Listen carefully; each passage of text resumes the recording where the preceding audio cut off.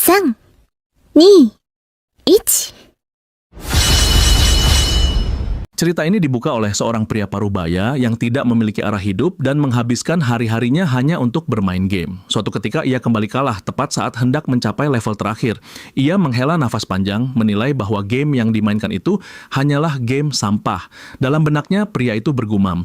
Namanya adalah Ark Yunmong, sebuah nama yang diberikan orang tuanya dengan harapan agar ia tumbuh bijak, meski kesehariannya jauh dari makna tersebut. Ia menyadari bahwa sekarang adalah hari kerja saat orang lain sedang sibuk di luar sana, bukan akhir pekan. Ia telah keluar dari pekerjaannya beberapa bulan lalu dan kini mengurung diri di kamar seperti pecandu game. Tatapannya melekat pada monitor. Ia menyadari bahwa ia sudah memainkan game itu tanpa henti selama 5 tahun. Bahkan sejak masih menjadi budak korporat, ia menilai hidupnya bisa dibilang legendaris karena terus menekuni satu game yang sama selama bertahun-tahun. Game yang ia mainkan bernama Pangenia, sebuah game yang sempat booming 5 tahun lalu. Siapapun yang menyelesaikan game ini akan dikabulkan satu permintaannya. Kalimat itu menjadi clickbait dari sang developer saat perilisan membuat para gamer mengira game tersebut luar biasa. Pada akhirnya mereka terjebak frustasi lalu berhenti memainkannya. 5 tahun berlalu, namun tidak satupun pemain berhasil menamatkannya. Basis pemain berkurang perlahan hingga menyisakan satu orang, dirinya Yun Myong. Tanpa dirinya, jumlah pemainnya sama dengan 0. Ia menilai bahwa game itu layak disebut game kutukan. Ia melanjutkan dalam benaknya bahwa Pangenia dikenal karena tingkat kesulitannya yang brutal sejak awal rilis. Orang-orang menyebutnya game gila. Berbagai bos membuat para pemain bertanya-tanya apakah game itu memang mustahil diselesaikan. Belum lagi sekutu yang tiba-tiba berkhianat tanpa alasan. Di atas semuanya, berbagai nemat NPC akan memburu pemain jika statusnya berubah menjadi buronan. Hal yang paling menyebalkan dari game ini adalah konsekuensi kematian. Setiap kali karakter mati, semua yang dibawa akan lenyap seketika. Memaksa pemain memulai dari 0 setiap kali gugur sambil mematikan rokoknya yang entah sudah berapa puluh kali dalam asbak yang penuh abu. Yunmong melanjutkan dalam benaknya bahwa tingkat kesulitan gila inilah yang membuat popularitas Pangenia lenyap sekejap mata. Menurutnya, jika sudah separah ini, para player pasti mulai mempertanyakan apakah ada seseorang yang secara aktif berusaha mencegah siapapun menyelesaikan game itu. Ia menyebutkan bahwa dirinya sudah membuang 8 dari 15 unik item di seluruh Pangea ke dalam karakter terakhir yang ia gunakan. Ia merasa inilah akhir dari kerja kerasnya selama 5 tahun. Namun kebingungannya muncul ketika ia melihat notifikasi di layar. Karena terkena penalti, karakter miliknya akan dihapus dan ia justru menerima Rp1.600.000 soul point. Yun Monggong tidak menyangka akan mendapatkan soul point sebanyak itu. Ia menduga bahwa unik item miliknya berpengaruh besar terhadap jumlah SP yang diterima. Bahkan seluruh karakter yang telah terhapus selama ini hanya menghasilkan total 80.000 SP saja. Ia menjelaskan dalam benaknya bahwa Pangenia memiliki sistem poin atau SP, sebuah mekanisme yang mengonversi nilai karakter yang mati menjadi poin. Seorang player bisa menginvestasikan SP ke talent apapun saat membuat karakter baru. Dan berdasarkan jumlah SP yang ditanam, tingkat pertumbuhan karakter dapat meningkat tajam. Yunmong pernah memiliki satu karakter yang ia investasikan 10.000 SP ke dalam swordsmanship. Tepat sebelum karakter itu mati, ia memperoleh title Master Swordsman. Ia tahu bahwa 10.000 SP adalah batas maksimal untuk memaksimalkan satu talent sepenuhnya. Karena itu, ia tidak menyangka sama sekali ketika kali ini ia memperoleh Rp1.600.000 SP, jumlah yang cukup untuk memaksimalkan hampir semua keahlian yang tersedia. Normalnya, talent Magic standar bisa diinvestasikan besar-besaran. Namun, Yunmi memilih tidak melakukannya. Ia justru menginvestasikan SP-nya secara acak karena ia merasa game itu memang tidak dapat diselesaikan. Sebuah senyum tipis muncul di wajahnya ketika ia menyatakan dalam hati bahwa ia hanya ingin menikmati game itu untuk pertama kali dan terakhir kalinya sebelum akhirnya menguninstallnya. Ia sudah mengangkat jari telunjuknya siap menekan menu random. Namun sebelum jarinya menekan tombol kiri mouse, kenangan masa lalunya menyelinap masuk. Kenangan saat ia duduk berdua di sebuah kafe bersama pacarnya. Kala itu pacarnya tiba-tiba meminta maaf. Yunmong sempat bingung mendengar ucapan itu dan menanyakan maksudnya. Dengan wajah datar, pacarnya menjelaskan bahwa Yunmong memang orang baik. Namun ia tidak bisa terus berkencan dengan pria yang dianggapnya bermasa depan suram. Baginya di usia sekarang membicarakan prospek pernikahan jauh lebih penting. Yunang tertegun. Ia mengangguk pelan sambil menelan ludah. Pacarnya melanjutkan penjelasan dengan nada yang tidak berubah. Menyatakan bahwa teman-temannya berkencan atau menikahi pria yang bekerja di pemerintahan atau mereka yang berasal dari perusahaan ternama. Sementara itu, Yun Monggong hanyalah seseorang dengan masa depan suram. Ia menatap Yunmong yang hanya menunduk lesu. Tanpa menunggu jawaban, wanita itu bangkit dan pergi begitu saja meminta Yun melupakan segalanya, menegaskan bahwa hubungan mereka berhenti sampai di situ. Pada saat itu, Yun Myang hanya duduk diam di kursinya, membiarkan mantan pacarnya pergi tanpa mengucapkan sepatah kata pun. Ia menyadari bahwa 3 bulan lalu, ia telah dicampakkan secara brutal oleh gadis yang ia pacari selama 5 tahun. Setelah kepergian pacarnya, emosi yang menumpuk mendorongnya keluar dari pekerjaan yang berpenghasilan tak jelas itu. Ia kemudian mengurung diri di kamar dan berubah menjadi pecandu game. Yun akhirnya membulatkan tekad. Ia menyatakan dalam hati bahwa sudah cukup merenungkan hal-hal itu dan lebih fokus menekan mouse. Rp1.600.000 soul point itu langsung terbagi ke setiap keahlian secara acak. Namun sekali lagi Yunyang dibuat terkejut saat melihat notifikasi yang terpampang di depannya. Di monitor tertulis bahwa Hidden Beast telah diaktifkan disertai ucapan selamat karena player telah memenuhi persyaratan singularitas dan diundang ke Pangenia. Yun tidak mengerti apa-apa. Selama ini, ia belum pernah mendapatkan pesan sistem seperti itu. Tubuh Yunong tiba-tiba bergetar seolah dihantam oleh realitas lain yang merobek batas kesadarannya. Seluruh tubuhnya membagu ketika sebuah jeritan asing menggema di benaknya. Sosok yang tak ia kenali seakan merasuki pikirannya, membisikkan sesuatu yang tak mampu ia pahami. Yun mengerang keras sambil memegangi kepala yang mendadak terasa seperti ditusuk puluhan pisau. Wajahnya menunjukkan kebingungan total atas apa yang tengah terjadi. Kesadarannya perlahan tergigis, sementara suara lain muncul dari dalam kepalanya. Samar namun menekan. Tubuhnya ambruk dan jatuh menghantam lantai. Kesadarannya menghilang sepenuhnya. Layar monitor masih menyala dengan sorotan merah menyala. Di sana terpampang notifikasi bertuliskan, "Wahai engkau yang berdiri di dalam pusaran yang lebih terang dari cahaya, lebih kelam dari kegelapan, pusaran penciptaan dan kehancuran. Semoga engkau menemukan kebahagiaan di Pangenia." Suasana lalu bergeser ke sebuah tempat dipenuhi jeritan. Yunong kini terduduk dengan mata terbelalat. Tubuhnya dicambuk oleh seorang pengawas budak. Pengawas itu mengingatkannya dengan nada kasar bahwa jika ia pingsan sekali lagi, ia akan dijadikan pakan Hidragon. Yun tersentak mendengar nama itu. Dari balik kerumunan budak yang hiruk-pikuk, samar terlihat sosok monster bertubuh menjulang tinggi. Kebingungannya memuncak, tak mampu memahami apa yang terjadi.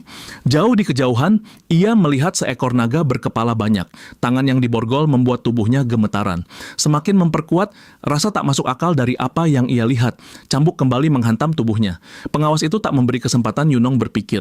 Dengan cambuk terangkat, ia memerintahkan Yunong kembali ke posisinya. Ia mengingatkan bahwa jika ingin hidup, ia harus segera bangkit. Yunong meringis sambil menatap sekeliling. Nafasnya berat. Ia akhirnya menuruti perintah dan berjalan mengikuti kerumunan. Pandangannya terus menelusuri lingkungan sekitar dengan sisa-sisa kesadaran yang berusaha menyusun logika situasi. Setelah cukup dekat, ia akhirnya bisa memastikan bahwa sosok di depan sana memang monster Hidragon yang selalu ia lihat di game Pangenia. Bahkan setiap pandangan di sekitarnya tampak nyaris identik dengan dunia game tersebut. Perlahan ia bergumam dalam benaknya memanggil status window. Benar saja, status window itu muncul tepat di hadapannya.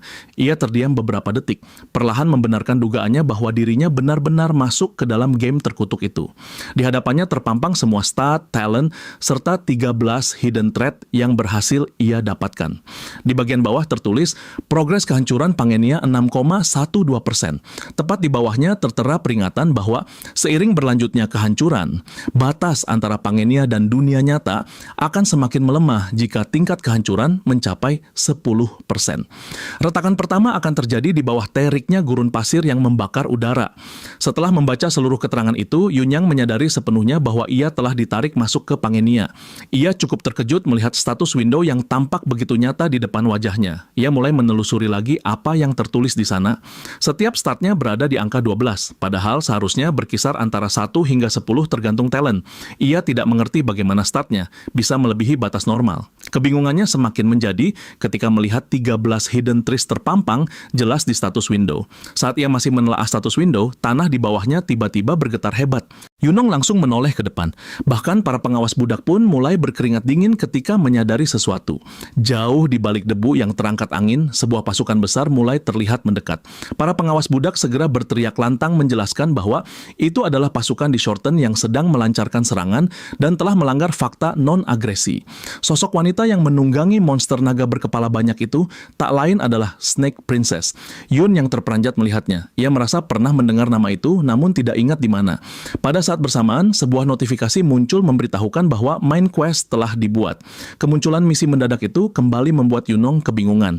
Misi tersebut memerintahkannya untuk bertahan hidup dengan hadiah yang bergantung pada hasil akhir.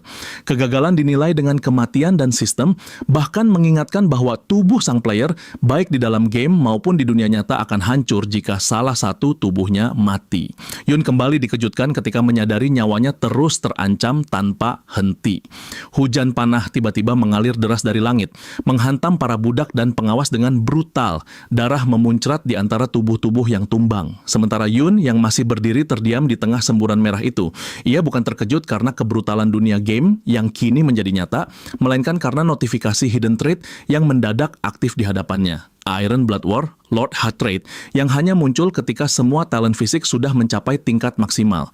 Trait itu memberikan ketahanan luar biasa, membuat tubuh tidak mudah lelah, tidak mudah terkejut oleh ancaman, serta pikiran yang mampu beradaptasi cepat dengan situasi yang berubah liar. Dalam kekacauan yang memekakan itu, kesadaran tajam muncul dalam dirinya bahwa ia bisa mati kapan saja jika terus diam. Pandangannya menangkap sebuah kunci yang menggantung di tubuh mayat salah satu pengawas budak. Ia segera bergerak menuju sana dan melepas borgol di kedua tangannya. Tepat ketika tangannya bebas, seorang prajurit sudah menggun pedang dan melompat dari belakang siap menebasnya. Yun Monggong buru-buru meraih pedang yang tergeletak di sebelahnya. Pedang itu tergenggam. Bilahnya langsung memancarkan cahaya tipis dan tubuh Yunong melesat menghadapi prajurit yang hendak menghabisinya. Dengan satu gerakan mantap, ia mengayunkan tebas. Tubuh prajurit itu terkoyak dan ambruk tanpa sempat mengeluarkan suara. Aura Yun yang memancar tajam layaknya seorang ahli bat dan berpengalaman yang bangkit dari dalam dirinya. Hidden Trait Weapon Master telah aktif sepenuhnya membuat sorot matanya berubah liar penuh insting pembunuh, siap menebas siapapun yang berani menghalangi jalannya. Beberapa prajurit kembali menyerbu dan Yun yang menatap tajam dengan kewaspadaan penuh. Seorang prajurit yang mengacungkan tombak meneriakkan hinaan, memanggilnya budak bajingan sebelum menerjang maju. Dengan satu gerakan gesit, Yunang menghindar sambil menebas musuh itu. Prajurit tersebut tersungkur bersimbah darah bersama tombaknya yang patah menjadi dua. Yunang menangkap salah satu patahan tombak yang berputar di udara. Dengan gerakan cepat, ia melemparkan pecahan tombak itu ke prajurit lain yang menyerbu. Lemparan itu menancap dengan presisi tak terduga. Bahkan dirinya pun sempat terheran karena mampu menggunakan senjata asing itu seahli seorang veteran. Seorang prajurit lain menerjang dengan kapak terangkat tinggi. Yun Miang mundur selangkah menghindari tebasan brutal itu. Sorot matanya mencermati ayunan kapak dan dalam benaknya muncul kesadaran bahwa ia dapat melihat aliran arah serangan musuh. Pedangnya berayun menangkis kapak yang kembali menebas. Benturan keras memercikan api. Ia bahkan bisa melihat titik lemah musuh dengan begitu jelas. Seolah ada benang tipis bercahaya yang memandu gerakannya. Benang itu melintas tajam di matanya dan dengan langkah mantap ia menggun pedang ke arah titik tersebut. Bilahan pedang menembus dada prajurit itu. Tidak berhenti, Yunyang merampas kapaknya lalu mengangkatnya tinggi sebelum menebaskannya tanpa ragu. Darah memancar deras membubur udara di sekelilingnya. Yun terhuyung sedikit. Tubuhnya menunduk kelelahan. Nafasnya terengah dan ototnya bergetar setelah rangkaian pertarungan sengit itu. Melihat kemampuan brutal yang barusan ditunjukkannya, para prajurit lain mulai gemetar memandang Yunong seolah ia adalah monster yang tak seharusnya mereka hadapi. Beberapa notifikasi mulai bermunculan berkat efek dari Hidden Trait Weapon Master. Peningkatan weapon proficiency berlangsung jauh lebih cepat. Skill pedang dan tombak proficiency melonjak sampai level 6. Kesadaran itu membuat Yunong bergumam dalam hati. Ia mengetahui bahwa tingkat tertinggi proficiency adalah level 10 dan kini kemampuan barunya sudah mendekati itu. itu. Dengan level 6, ia bisa bertarung seperti seorang kesatria terkenal dengan keahlian tinggi. Ia menduga semua ini merupakan efek langsung dari TR tersembunyi tersebut. Namun kenyataan bahwa ia masih bertahan selama ini bukan hanya karena meningkatkan profisiensi, melainkan berkat dorongan dari hidden trait itu sendiri. Tetapi ia paham betul bahwa keajaiban ini tidak akan bertahan selamanya. Di hadapannya, setidaknya 500 prajurit telah berkumpul, bersiap menerkam. Situasi itu membuatnya menilai bahwa main quest yang diberikan padanya benar-benar gila. Kini, waktu mundur sejenak kembali saat Snake Princess menerima perintah langsung dari Desert Queen dengan tatapan sedingin pasir malam gurun. Sang ratu menanyakan apakah ekspedisi menuju Demon War telah gagal. Snake Princess terus menundukkan kepala dan memberikan jawaban bahwa ekspedisi itu telah berakhir gagal. Sang ratu memperingatkan bahwa jika pihak luar sampai mengetahui bahwa kota gurun Faisalmer tidak turut serta dalam ekspedisi ini, maka para bangsawan bodoh dari benua pusat akan menyalahkannya. Oleh karena itu, bagaimanapun caranya hal itu tidak boleh terjadi. Ia menegaskan kembali bahwa Snake Princess adalah pemimpin dari Gurun Kalsman dan memerintahkannya untuk membunuh semua explorer yang berani menantangnya dalam ekspedisi tersebut. Sang ratu menyatakan bahwa seluruh bukti yang dapat mengaitkan Faisalmer pada ketidakhadiran mereka harus dilenyapkan, dan apapun yang dapat menunjukkan hubungan terhadap kegagalan ekspedisi ini harus dihapuskan tanpa sisa. Ratu kemudian memberi tawaran apabila hasil yang dibawa Snake Princess memuaskan, ia berjanji akan mengangkat kutukan yang tertanam dalam diri Snake Princess. Mendengar tawaran itu, tubuh Snake Princess menegang seketika. Lalu ia mengangguk menerima perintah itu tanpa ragu. Waktu kembali ke alur utama tepat saat Snake Princess memimpin pasukan penyerangan. Tiba-tiba seorang prajurit datang dan berlutut lemah di hadapannya. Prajurit itu menengadah dan menjelaskan bahwa masih ada satu budak yang mampu bertahan. Laporan itu membuat Snake Princess sedikit terkejut. Suasana beralih ke lokasi pasukan yang telah terkapar bersimbah darah. Yunong berdiri di tengah tumbukan mayat yang berserakan. Keringat menetes di wajahnya. Nafasnya terengah.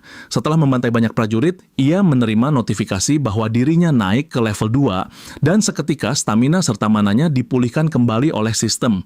Dengan sebilah pedang dan kapak di tangannya, ia bersiap menghadapi gelombang berikutnya. Tidak lama kemudian, Snake Princess muncul dengan monster tunggangannya. Yunong mendongkak, akhirnya sosok yang ia tunggu muncul juga. Ia mengenali perempuan itu sebagai Isabella von der Sian. Pada status window tertulis bahwa Isabella berada pada level 8 dengan keterangan bahwa ia tidak dapat meninggalkan area ini karena status kutukan dari Death Arch Queen. Yun menelan ludah ketika melihat bahwa Isabella berada pada level 8. Ia menyadari bahwa sekuat apapun ia mencoba, ia pasti tidak akan menang. Level tertinggi di Pangenia hanyalah level 10 dan standar untuk memisahkan yang lemah dari yang kuat berada pada level 7. Dari level 7 ke atas, perbedaan kekuatan baru terlihat dengan jelas dan jarak antar level hampir mustahil dibalikan. Level 8 berarti mereka dapat dianggap sebagai salah satu musuh terkuat di manaun mereka berada. Singkatnya, setara dengan bos organisasi terkenal, Yunong segera memahami bahwa melawan perempuan itu dalam kondisi seperti ini tidak berbeda dari bunuh diri. Namun, sebuah ide muncul ketika ia mengetahui bahwa Isabella memiliki kutukan dari The Search Queen. Isabella turun dari tunggangannya. Tatapannya tertuju lekat pada Yun Mong, menyampaikan bahwa pertunjukan yang ia tampilkan cukup menarik. Namun, Yunong harus mati sekarang juga. Aura liar mengeluar dari tubuh Isabella ketika perlahan menarik kedua pisau di pinggangnya. Yunong segera memaksa pikirannya bekerja. Ia mengingat alasan mengapa ia memainkan Pangenia, game yang kerap dikritik sebagai yang tersulit. Bahkan dalam tingkat kesulitan seperti itu, ia selalu menemukan cara untuk menyelesaikannya. Tidak peduli seberapa mustahil tantangannya. Di tengah ketegangan itu, bibirnya melengkung membentuk senyum tipis. Ia menyadari bahwa dulu dirinya adalah orang sesat di antara para sesat lainnya. Namun kini ia telah menemukan jawaban dari situasi ini.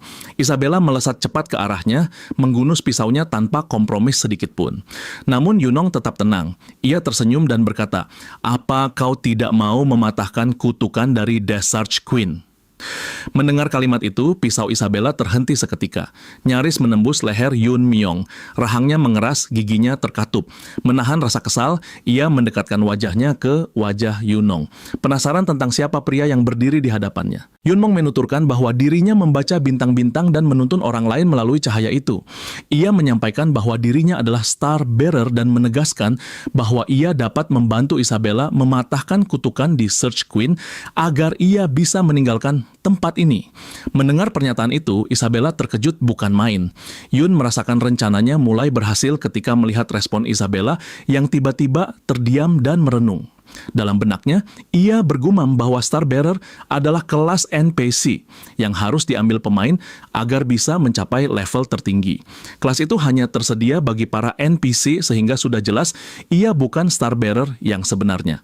Namun ia tahu satu hal, untuk mematahkan kutukan dari Queen CS, Isabella membutuhkan Blessing of Stars dari seorang Star Bearer. Karena Isabella sangat ingin bebas dari kutukan itu, ia harus mendengarkan arahannya. Dan alasan mengapa Yunong begitu yakin Isabella ingin terbebas dari kutukan tersebut sebenarnya sangat sederhana, karena Isabella Fondersian adalah karakter buatannya sendiri. Isabella adalah karakter malang yang ia terlantarkan akibat titik awal yang salah. Queeners dalam pandangan para pemain hanyalah alat untuk memastikan mereka tetap terikat di map awal. Dalam benaknya muncul penyesalan berat. Karakter pemain seharusnya menjelajahi dunia yang luas dan menyaksikan akhir dari kisah yang ditakdirkan bagi mereka. Namun ia justru membiarkan karakter itu terperangkap di satu tempat, terbelenggu tanpa pilihan akibat kutukan sang ratu yang menghalanginya dari perjalanan yang seharusnya menjadi garis takdirnya. Dengan penuh penasaran, Isabella menanyakan nama Yunmong.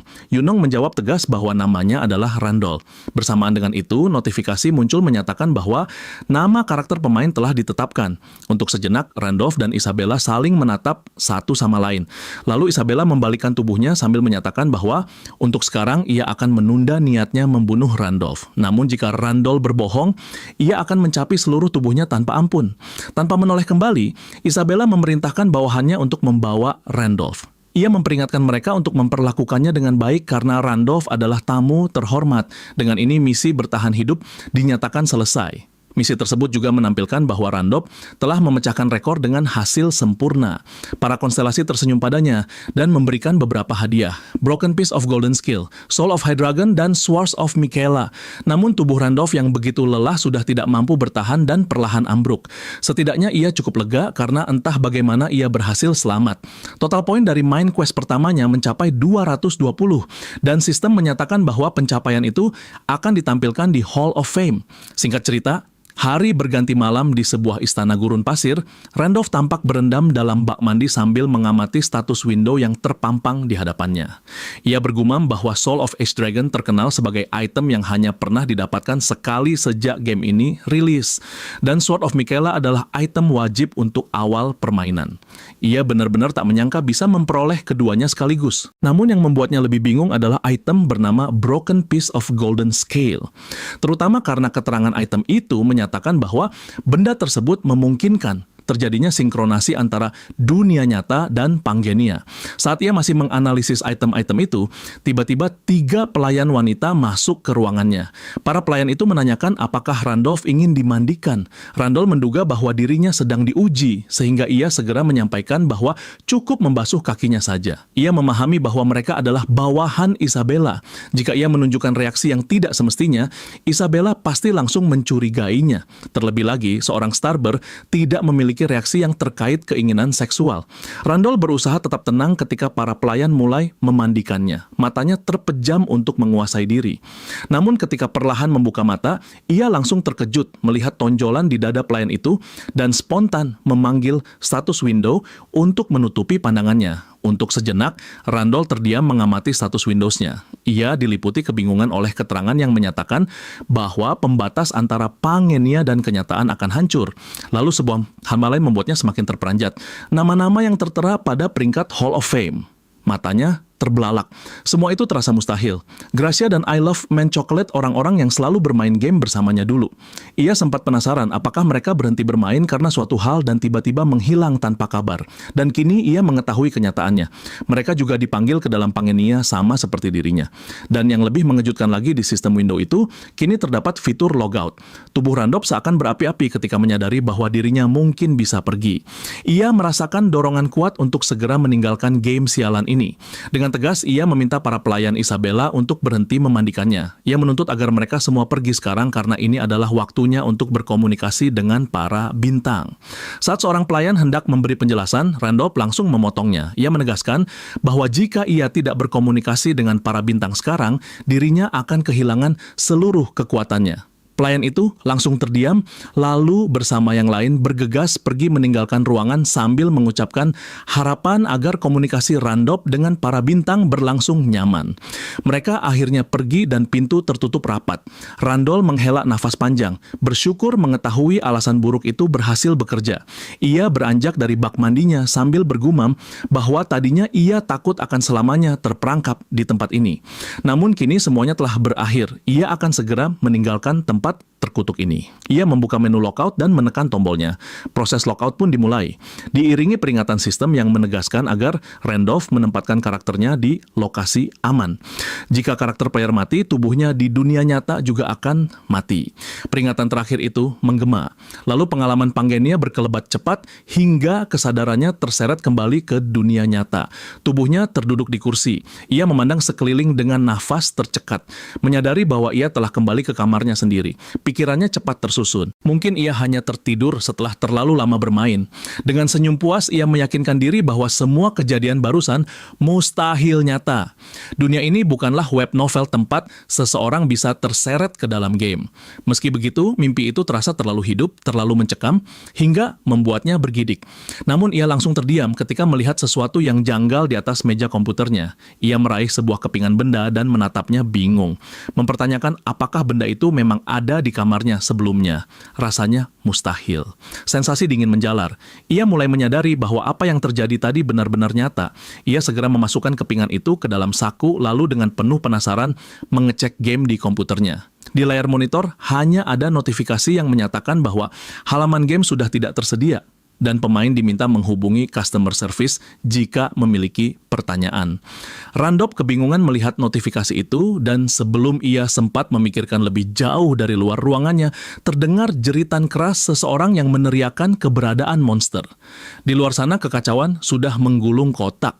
Bangunan-bangunan terbakar dan dari balik kobaran api, seekor monster belalang sembah raksasa menerobos keluar mengincar orang-orang yang berlarian panik. Di sepanjang jalan, tubuh-tubuh sudah bergelimpangan bersimbah darah. Sementara pasukan keamanan berusaha melawannya dengan senjata api. Namun semua tembakan itu terbukti sia-sia. Rasa penasaran bercampur kecemasan mendorong Randolph untuk menengok melalui jendela.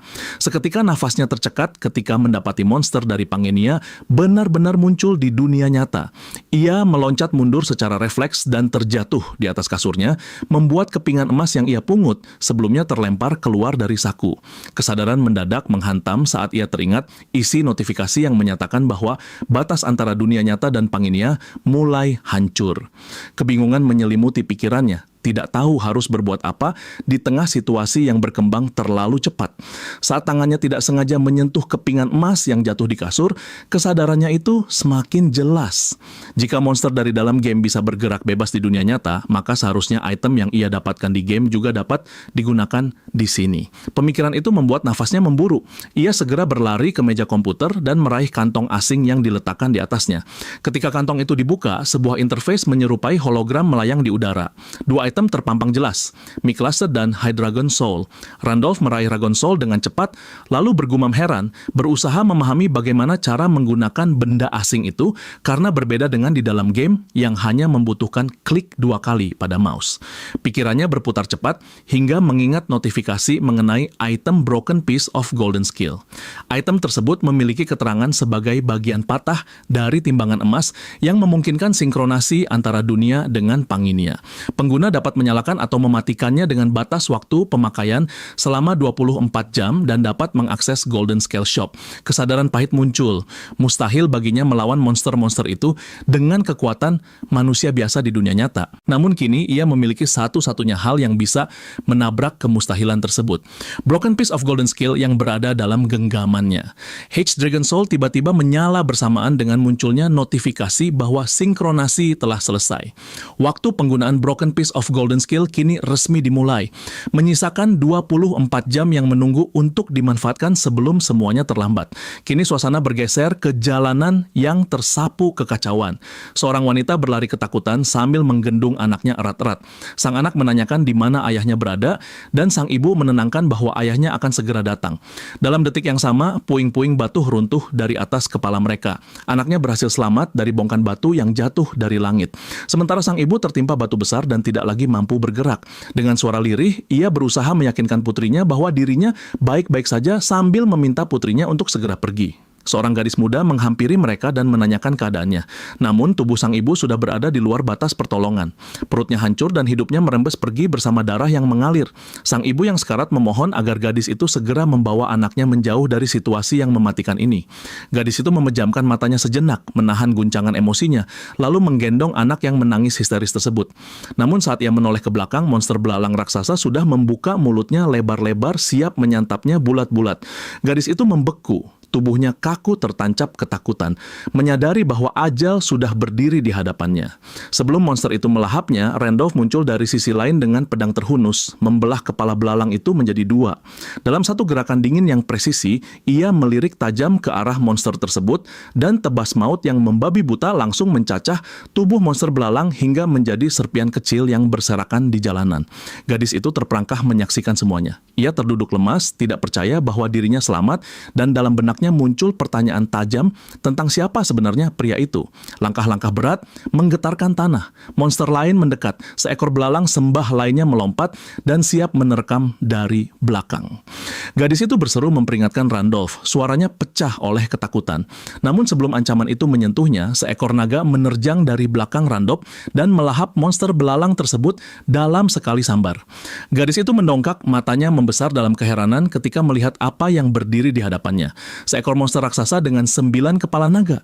Setiap kepalanya menjulang tinggi seperti pilar hidup yang menembus langit. Randolph melangkah menaiki kepala naga.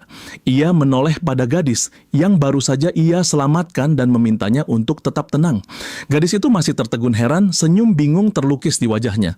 Seolah ia bertanya-tanya, apakah ini hanyalah mimpi? Anak yang tadi digendongnya tiba-tiba melompat menuju tempat ibunya tertimpa batu, dan orang-orang yang berada di dekat sana segera berlari membantu. Sementara itu, gadis tersebut terus menatap Randolph tanpa berkedip. Sambil berdiri di atas kepala naga yang menjulang, Randolph mengayunkan pedangnya tanpa henti, menebas setiap monster yang berkeliaran di jalanan. Di belahan bumi lainnya, monster muncul serentak di seluruh dunia. Mereka langsung membunuh manusia dan menghancurkan peradaban dengan brutal. Namun, bukan hanya monster yang muncul, para warrior juga bermunculan. Individu dengan kekuatan yang mampu mengalahkan para makhluk buas itu. Mereka kebal terhadap peluru, seolah rasa sakit tidak lagi berlaku bagi mereka. Para warrior itu turun bagaikan pahlawan yang melindungi manusia biasa. Dan dengan kemunculan mereka, dunia pun berubah dengan cepat. Di suatu tempat, seorang pria menyaksikan siaran yang menampilkan aksi para warrior saat membasmi monster. Melihat itu, pria tersebut mendejakan lidah dan menilai para warrior itu bodoh.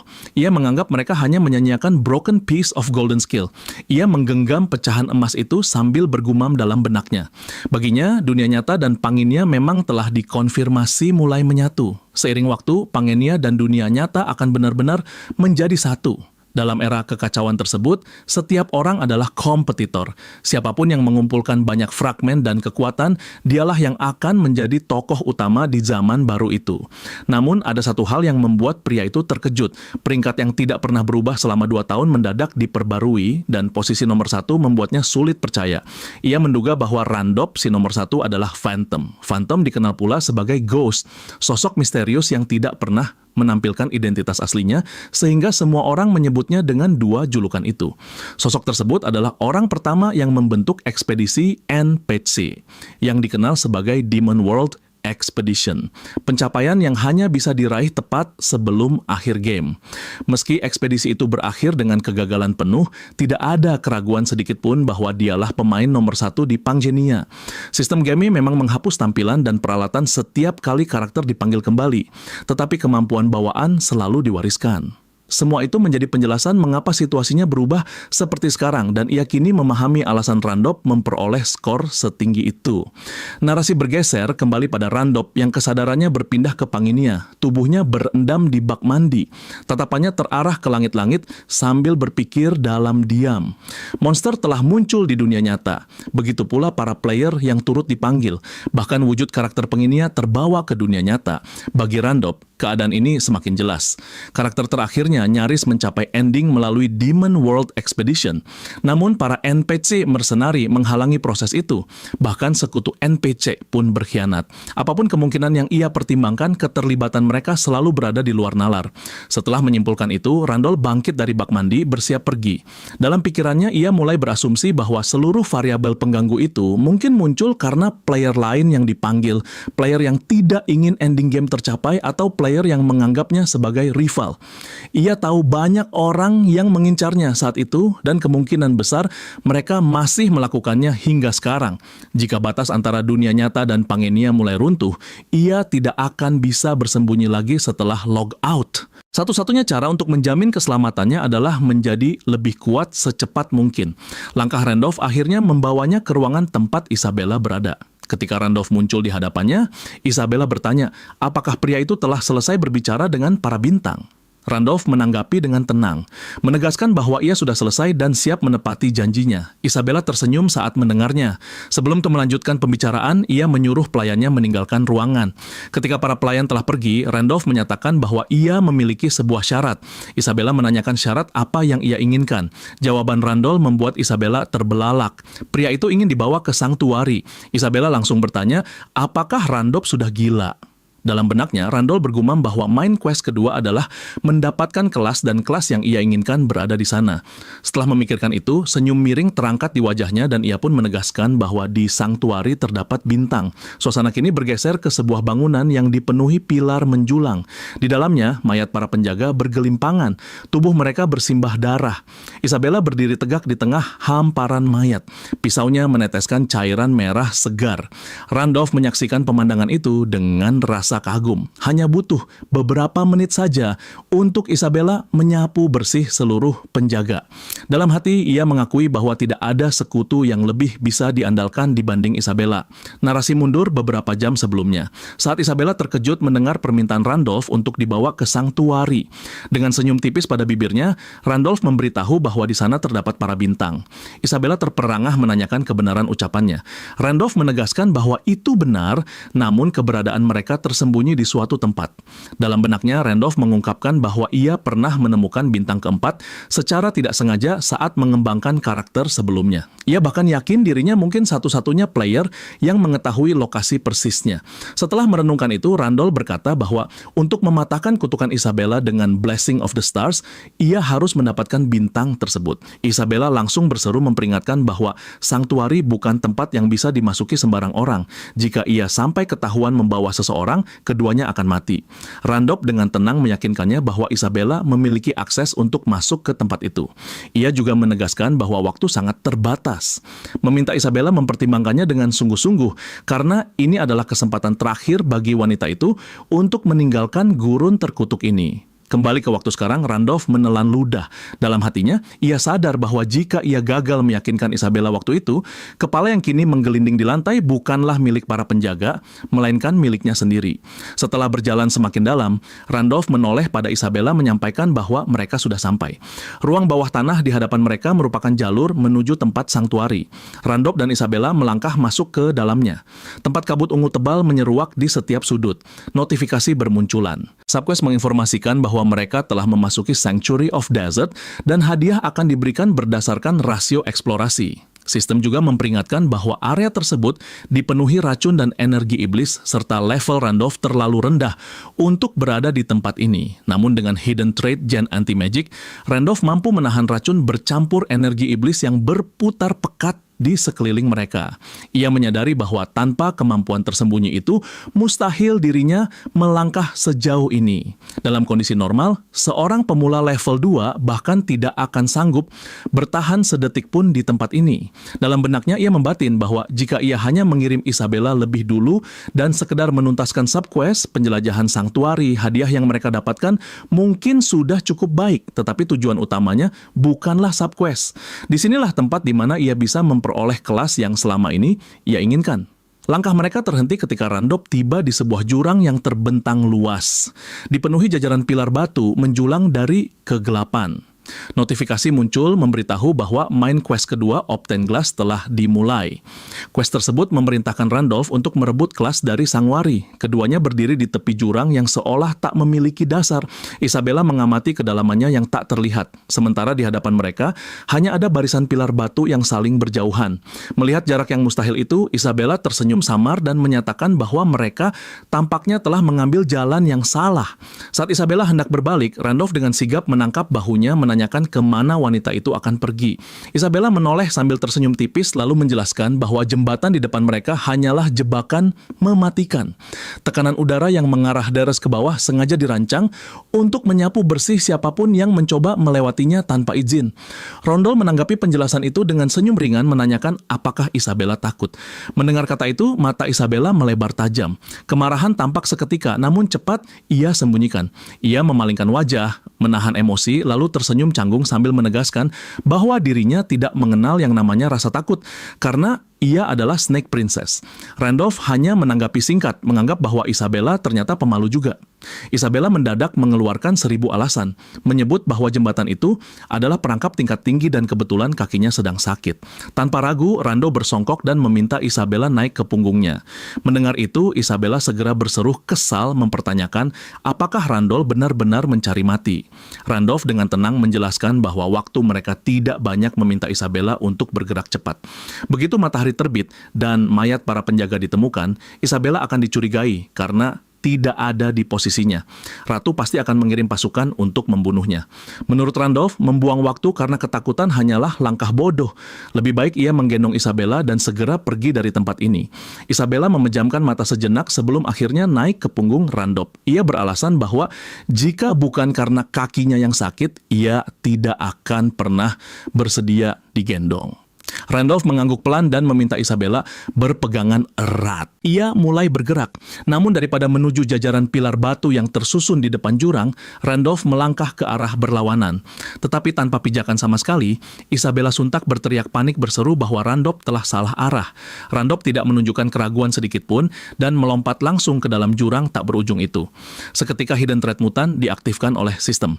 Sejak awal Randolph sudah mengetahui bahwa kemampuan tersembunyi itu memungkinkannya melihat rahasia yang tak kasat mata.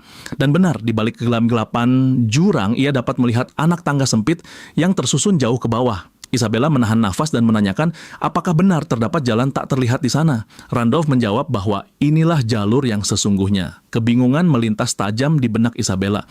Ia bertanya-tanya bagaimana Randolph bisa mengetahui tentang jalan rahasia yang bahkan ia seorang wakil komandan Faisal Mer tidak pernah dengar. Keheranan semakin menekan dadanya ketika menyadari bahwa Randolph tidak terlihat kesulitan bernafas sama sekali. Padahal sanktuari dipenuhi racun pekat dan energi iblis yang mencekik. Baginya sudah terlalu banyak keanehan untuk dianggap wajar hanya karena Randolph adalah Tarbearer. Randolph menoleh singkat ke arahnya menyampaikan bahwa ternyata wakil komandan Faisal Mer takut ketinggian. Isabella hanya diam diliputi rasa kesal. Dalam hatinya ia bertanya-tanya bagaimana pria itu bisa begitu santai berbicara dengannya. Bagi Isabella, sikap itu bukan kepercayaan diri yang lahir dari kekuatan, melainkan seperti sikap seseorang yang telah mengenalnya sejak lama. Dengan penuh penasaran, Isabella bertanya, apakah Randolph pernah bertemu dengannya sebelumnya? Sambil terus melangkah, Randolph menjawab bahwa mereka berdua tidak pernah berada di tempat yang sama. Randolph menyentuh dinding yang menghubungkan antar ruang lalu melanjutkan perkataannya bahwa ia pernah melihat Isabella. Namun Isabella belum pernah melihatnya. Sekejap kemudian cahaya memancar kuat membelokkan ruang di sekitar mereka seakan memindahkan keduanya ke dimensi lain. Dari jurang gelap yang tanpa dasar, pandangan berubah menjadi hamparan dataran hijau luas yang dipenuhi bunga liar dan sebuah batu besar berdiri tidak jauh di depan. Randolph memandang sekeliling sambil bergumam bahwa domain barrier berfungsi sebagai pelindung yang menutupi seluruh area dan hanya mereka yang mengikuti jalur yang ditentukan yang dapat melihat apa yang tersembunyi di depan.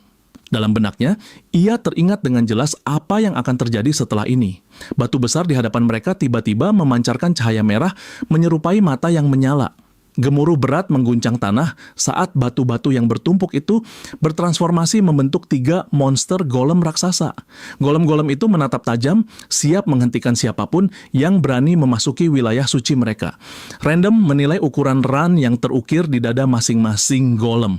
Jelas bahwa mereka adalah upper tier. Dengan levelnya saat ini, bahkan satu goresan saja dari makhluk-makhluk itu cukup untuk membunuhnya seketika. Setelah menimbang situasinya, Randolph menoleh ke Isabella dan menanyakan apakah kaki wanita itu sudah membaik. Isabella hanya menyuruhnya untuk menutup mulut dan menyaksikan saja. Para golem mulai bergerak maju serempak. Tinju batu raksasa dikepalkan bersiap menghantam. Tinju batu itu meluncur layaknya meteor jatuh. Namun, Isabella tetap berdiri santai di tempatnya, menarik pisaunya tanpa menunjukkan ketakutan sedikit pun. Lengan golem itu retak seketika seolah tersayat dari dalam. Isabella menghancurkan lengan batu tersebut hanya dengan satu bilah pisau. Ia menatap makhluk-makhluk raksasa itu dan menyatakan bahwa pertarungan ini tidak akan berlangsung lama. Isabella melesat dari buing-buing batu yang berserakan. Sebuah sabetan cepat membelah salah satu golem menjadi 2 bagian. Randolph menyunging dan senyum ngeri. Ia tidak menyangka bahwa Isabella adalah karakter yang benar-benar dikhususkan untuk pembunuhan. Ada rasa geli yang muncul dalam dirinya, padahal ialah yang telah mengembangkan karakter itu. Tebasan demi tebasan mulai mendarat pada 2 golem yang tersisa. Bahkan mereka tidak sempat memberikan perlawanan. Seluruh golem hancur berkeping-keping di tangan Isabella. Batu-batu raksasa itu terpental dan berhamburan di udara. Kini Randolph memahami dengan jelas kekuatan sesungguhnya dari seorang level 8. Sesaat setelah golem terakhir runtuh, sebuah notifikasi muncul. Sistem menyampaikan bahwa Randolph telah memenuhi syarat untuk mendapatkan kelas golem maker dan memintanya memilih untuk menerima atau menolak. Randolph sedikit terkejut. Ia tidak menyangka sistem akan menganggap hasil kerja Isabella sebagai kontribusinya. Dalam benaknya, ia menduga sistem menganggap mereka sebagai satu party. Randolph menarasikan bahwa di Panginia, kelas tipe summoner adalah sesuatu yang sangat langka, sehingga Golem Maker sebenarnya merupakan hati tayar kelas yang cukup berharga. Namun ia menegaskan bahwa bukan itu kelas yang ia inginkan. Pada akhirnya Randolph memilih untuk menolak kelas tersebut. Ia mencatat bahwa kelas yang ia cari akan diberikan oleh lawan yang sepenuhnya berbeda. Dataran hijau tempat mereka berdiri mulai dipenuhi kabut ungu yang perlahan mengalir menutupi pandangan. Bayangan raksasa tampak muncul dari kejauhan seolah turun dari langit. Di balik bukit menculang yang berdiri di depan mata. Simbol-simbol sihir mulai menyala dan berdenyut seperti nadi yang bangkit hidup. Randolph menatap langit menyadari bahwa ia telah menunggu kemunculan makhluk itu. Seekor ular raksasa muncul, tubuhnya berkilau oleh aura kuno yang menekan ruang di sekitarnya. Angsan King Dambut, dewa agung pelindung para bintang. Sistem memberi peringatan keras kepada Randolph bahwa level dirinya jauh di bawah batas rekomendasi untuk memasuki Sanctuary. Randolph mulai berkeringat dingin ketika merasakan tekanan yang begitu kuat dalam benaknya. Ia bertanya, apakah ular tersebut adalah Mountain Guardian of the Sanctuary? Isabella memanggil Randolph, memastikan bahwa pria itu tidak benar-benar berpikir datang ke tempat ini untuk menyuruhnya melawan Guardian Mountain. Randolph dengan tenang meminta Isabella untuk tidak khawatir. Ia menyebut bahwa meski penampilannya begitu mengancam, sebenarnya ular itu cukup lembut. Namun makhluk raksasa itu tiba-tiba menyerjang lurus ke arah Isabella. Mulutnya terbuka lebar, siap menelan apapun di hadapannya. Dengan refleks cepat, Isabella melompat menghindar. Tubuhnya terguling di atas rerumputan. Duduk terburuk dengan nafas tercekat oleh keterkejutan. Randolph menoleh dengan wajah canggung merasakan ada sesuatu yang tampak tidak beres pada ular tersebut. Sementara Isabella menatapnya penuh kemarahan, seolah siap membunuh Randolph kapan saja. Dengan penuh ketegangan, Randolph menyampaikan bahwa ada sesuatu yang aneh. Dalam ingatannya, ular itu adalah makhluk ramah yang menunjukkan jalan bagi mereka yang layak. Dari kejauhan, Isabella langsung berteriak menegaskan bahwa makhluk raksasa di hadapan mereka sama sekali tidak terlihat ramah. Ular raksasa itu sendiri menatap tajam ke arah Isabella. Suaranya bergemar di seluruh dataran, memerintahkan penantang Sanctuary untuk membuktikan kelayakannya dengan mengalahkan sang guardian. Isabella tersentak panik. Ia berteriak bahwa dirinya bukan penantang sang tuari. Namun ular itu menyebut bahwa Isabella adalah orang yang menghancurkan para penjaganya dan kini justru menyangkal statusnya sebagai penantang. Mendengar itu, senyum kaku melintas di wajah Isabella. Tanpa peringatan apapun, ular raksasa itu mengayunkan ekornya. Isabella melompat menghindar, berusaha memberi penjelasan bahwa dirinya bukanlah penantang. Ia meneriaki Randolph, menyuruh pria itu berhenti, hanya berdiri diam dan memberitahu apa yang harus ia lakukan sekarang. Randolph masih terpaku dalam pikirannya. Saat ia menyelesaikan tempat ini sebelumnya, ia tidak pernah benar-benar mengingat bahwa dirinya mengalahkan rambut. Ada sesuatu yang terasa berubah, tetapi ia segera menepis asumsi itu ketika satu kebenaran menyadarkan dirinya. Ancient King Dramut, Mountain Guardian yang melindungi sang bintang, Dewa Agung dengan tubuh raksasa. Berdasarkan cerita Dramut, ia adalah Enchanted Beast yang tubuhnya tumbuh dan mendapatkan kebijaksanaan dari spiritual energy sang bintang. Rando telah menyelesaikan tempat ini ketika ia meningkatkan karakternya. Wilhelm, karakter transcendent 5 bintang berlevel 10. Saat itu ketika ia datang ke Sanctuary sebagai Wilhelm, Dramut dengan patuh membimbingnya menuju sang bintang. Alasannya sederhana, saat itu ia memenuhi kualifikasi. Artinya jika seorang pemain lebih lemah dari Dramut, maka Dramut akan menyerangnya tanpa ragu. Kini Randolph memahami bahwa dulu karakternya berbeda jauh di atas makhluk ini. Sekarang ia tersujud oleh realita yang berbeda. Untuk sesaat ia bingung mengenai apa yang harus dilakukan. Namun matanya tiba-tiba terbelalak ketika ia menemukan sebuah solusi. Sementara itu Isabella terus berusaha menghindar dari serangan brutal Dramut. Tubuhnya terpental dan tersungkur ke tanah. Tak mampu lagi bergerak lincah seperti sebelumnya. Nafasnya terengah-engah. Racun sang tuari membuat tubuhnya terasa berat dan kagu di benaknya terlintas rasa ragu. Ia bertanya, apakah memasuki tempat ini setelah mendengar kata-kata seorang Starbey adalah sebuah kesalahan besar. Dramut telah mengangkat ekornya tinggi, siap menghancurkan Isabella tanpa belas kasihan. Namun sesaat sebelum ekor itu menghantam tubuh wanita itu, Randolph meneriakkan nama Dramut, menyuruh makhluk raksasa itu untuk berhenti.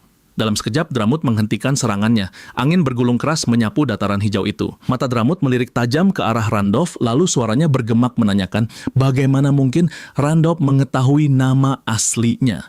Randolph menampilkan senyum tipis dengan tatapan tajam yang memotong udara dengan mantap. Ia menyampaikan bahwa sang Master Wilhelm telah kembali.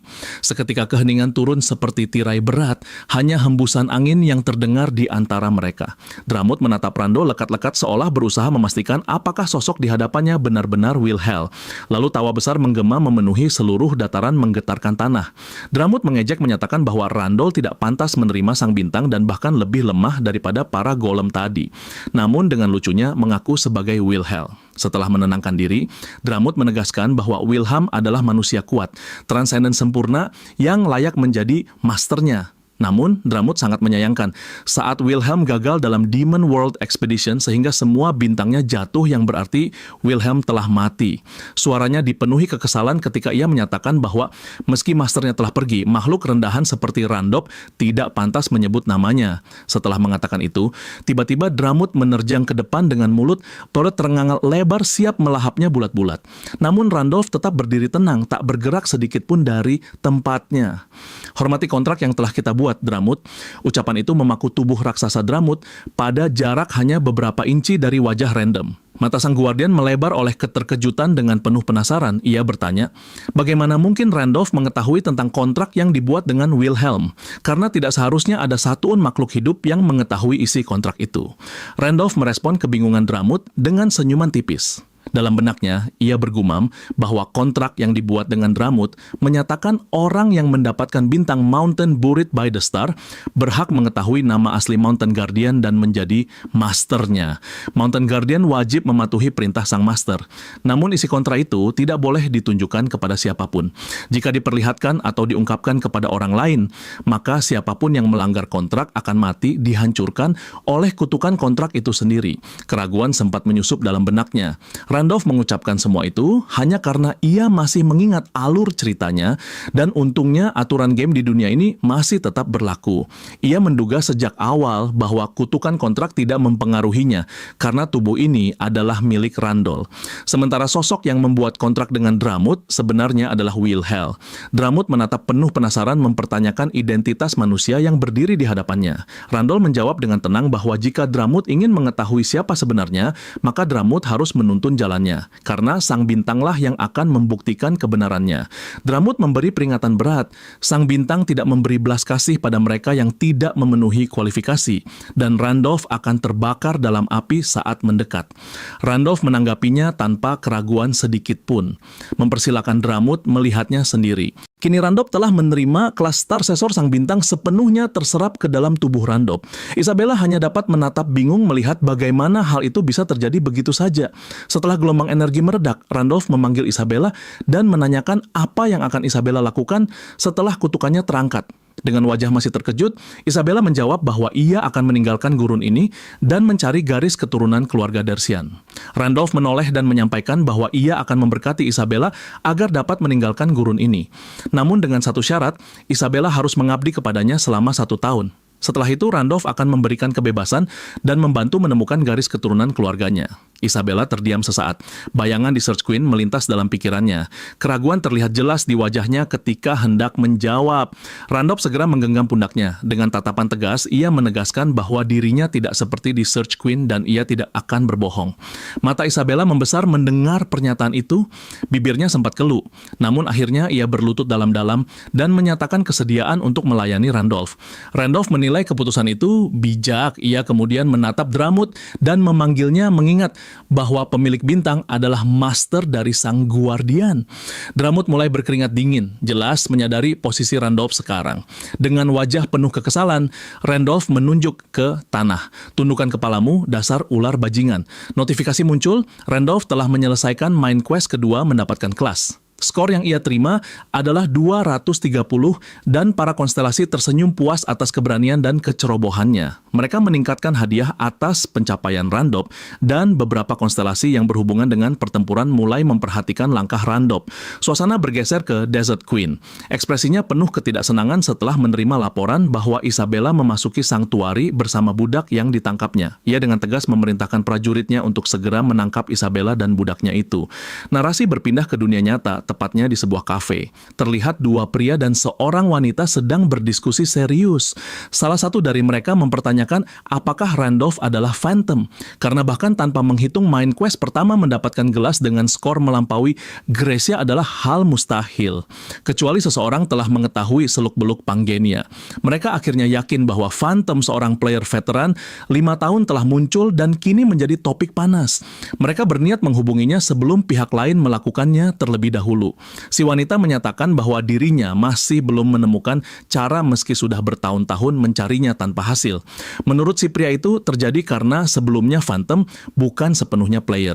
Namun sekarang setelah sepenuhnya menjadi player, pasti ada cara untuk terhubung dengan Phantom.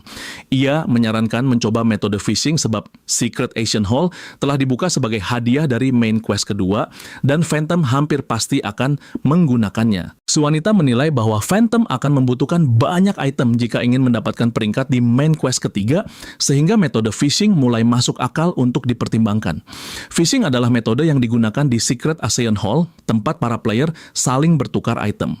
Player akan mengunggah item berkualitas tinggi dengan harga murah, lalu menggunakan kemampuan twin dari talisman untuk melacak lokasi pembeli.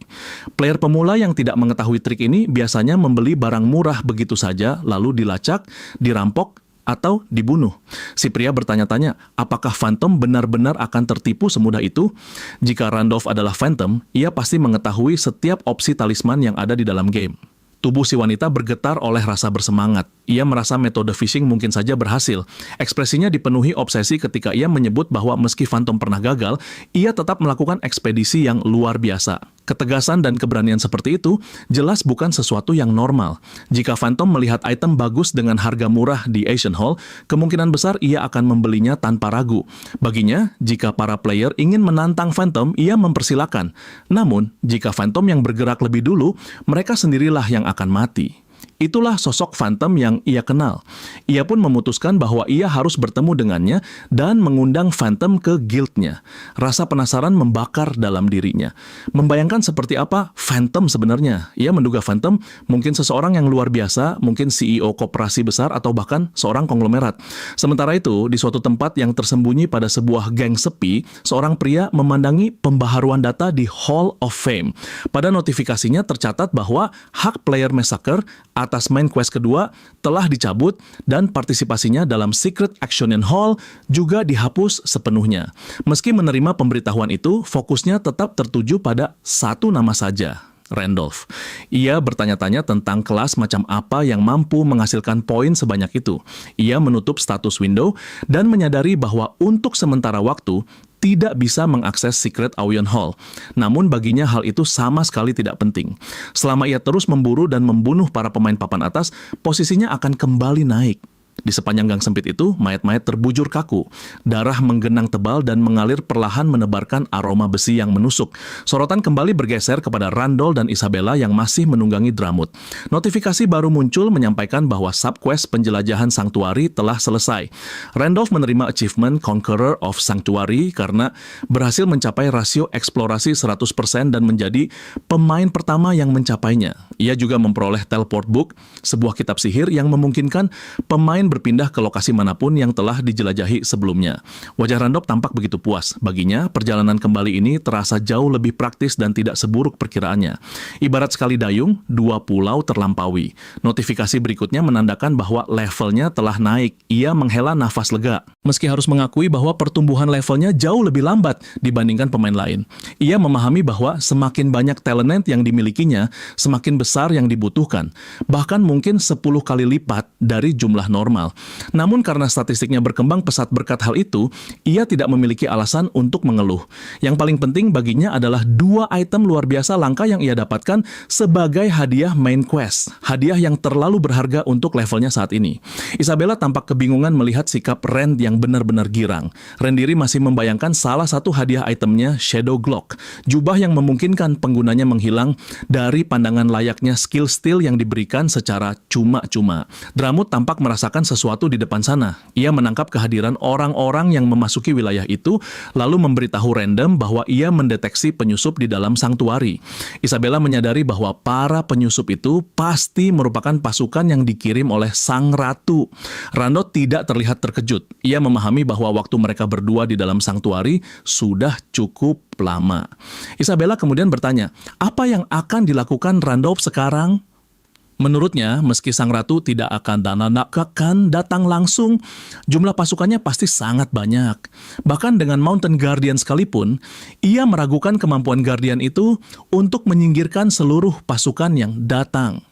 Dengan ketenangan penuh, Randolph mengenakan jubahnya yang menjelaskan bahwa Dramut adalah guardian tempat ini sehingga tidak ada gunanya bertarung melawan para penyusup.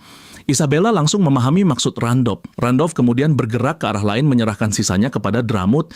Dramut hanya mengangguk tanpa memberikan bantahan. Di dalam Sanctuary, suara hiruk pikuk mulai terdengar keras ketika Dramut menampakkan dirinya. Sementara itu, Rand dan Isabella berlari semakin jauh. Isabella yang khawatir bertanya, apakah tidak apa-apa meninggalkan Dramut begitu saja? Randolph menilai bahwa selama Sang Ratu tidak turun tangan secara langsung, Dram tidak akan menghadapi masalah. Berarti yang perlu mereka waspadai justru jika mereka tertahan terlalu lama sampai pasukan utama tiba dan mengepung Sanctuary, membuat tidak ada jalan keluar untuk melarikan diri. Isabella merasa sedikit lega mendengar penjelasan itu. Ia sempat mengira Randall meninggalkan Damut karena dianggap tidak berguna.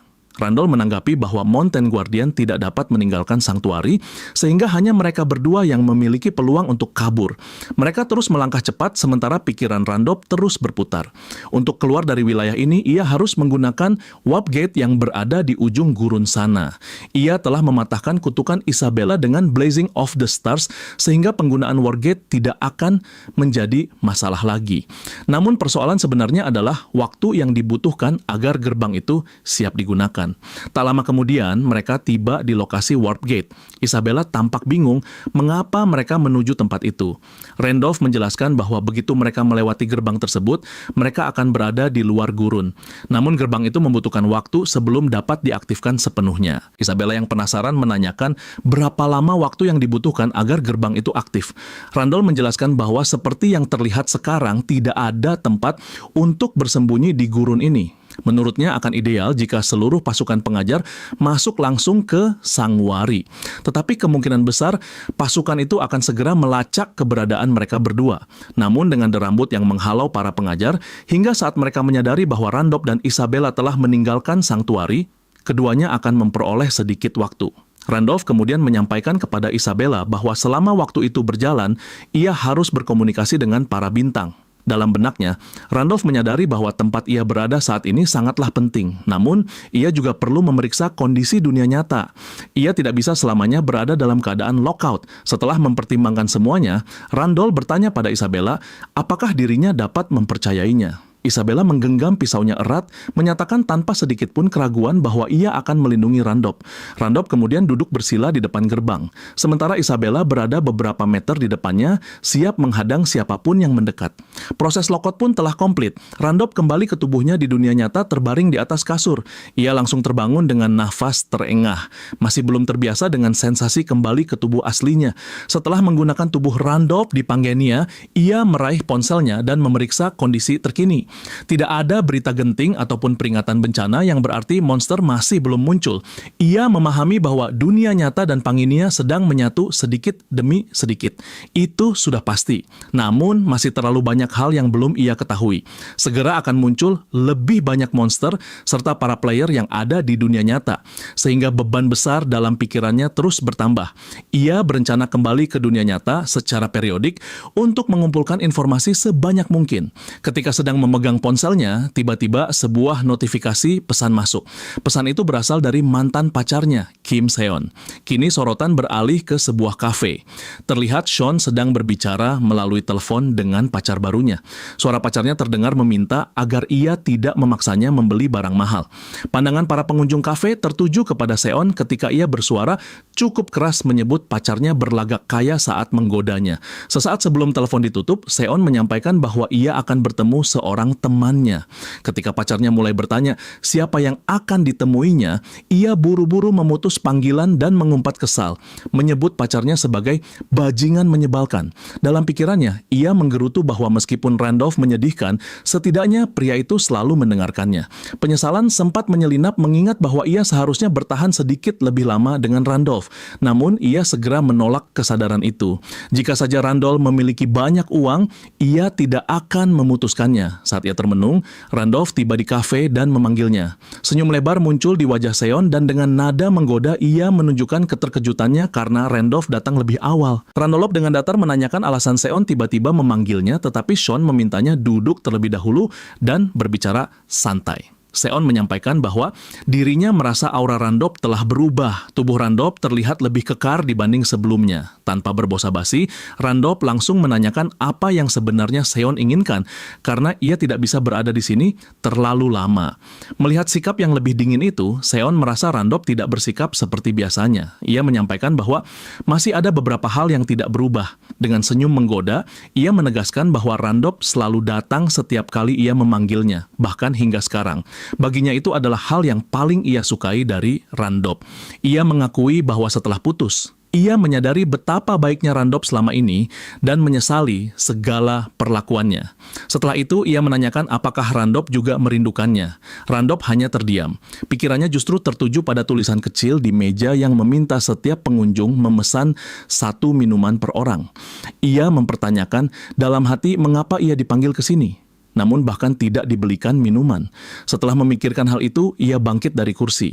Ia menyampaikan bahwa jika hanya itu yang ingin Seon katakan, ia akan pergi karena ada urusan lain. Seon tertegun menerima perlakuan dingin itu. Suaranya meninggi menyuruh Randolph menunggu. Ia bertanya apakah sikap dingin Randolph disebabkan karena dirinya memutuskan hubungan mereka waktu itu. Randolph tidak menunjukkan sedikit pun ekspresi peduli. Ia justru bertanya apakah pacar baru Seon mengetahui bahwa mereka berdua bertemu. Ia memberi saran dengan nada datar bahwa jika Seon ingin mendekati banyak pria sekaligus, seharusnya Seon menghapus foto SNS-nya sepenuhnya, bukan hanya foto profil. Gigi Seon bergembeletu kesal. Mendengar itu, ia pun segera memohon agar Randolph mau mendengarkannya sebentar. Tetapi Randolph tetap melangkah pergi tanpa menoleh. Dalam langkahnya, Randolph bergumam dalam benaknya. Jika hal seperti ini terjadi dahulu, ia mungkin akan panik dan tidak tahu harus berkata apa. Namun kini dirinya justru tenang, bahkan bingung dengan perubahan sikapnya sendiri. Ia mulai menduga bahwa perkembangan Randolph di Pangenia mulai mempengaruhi dirinya di dunia nyata. Di depan sana, Randolph melihat sebuah keributan. Seorang pria menjambak rambut seorang wanita sambil menggenggam katar di tangan kanannya. Ia memperingatkan orang-orang di sekitar bahwa ini bukan tontonan. Merasa diremehkan, pria itu mulai mengayunkan cutter ke arah wanita tersebut. Wanita itu berteriak pasrah, memejamkan mata, siap menerima luka. Namun sekelebat Randolph muncul dan mencengam pergelangan tangan pria itu sebelum pisau sempat mengenai targetnya.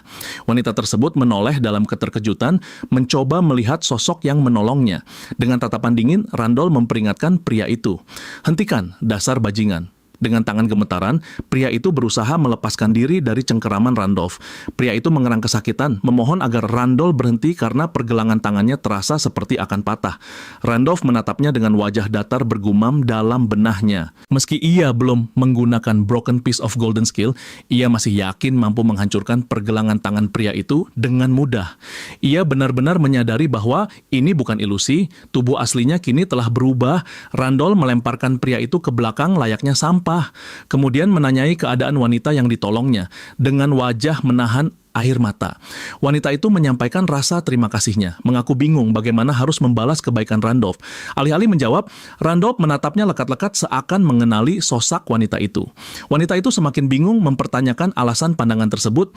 Randolph akhirnya teringat bahwa wanita itu adalah seseorang yang pernah ia selamatkan sebelumnya, sehingga ia merasa tidak asing. Melihat wanita itu terus bertanya, Randolph segera menjelaskan bahwa wajah wanita itu terlihat mirip dengan seseorang yang ia kenal. Namun saat Randolph masih berbicara, pria yang sebelumnya ia kalahkan bangkit kembali dan melompat bersiap menusukkan cutter sambil memaki Randolph sebagai bajingan sok jagoan. Randolph mundur satu langkah, menghindari tebas itu. Lalu ia mengangkat tangannya tinggi dan mengayunkan telapak tangannya ke bawah. Tanpa ampun, Randolph menghantam kepala pria itu ke tanah dengan begitu keras. Wanita yang ditolong Randolph terlihat begitu takjub melihat ketegasan itu.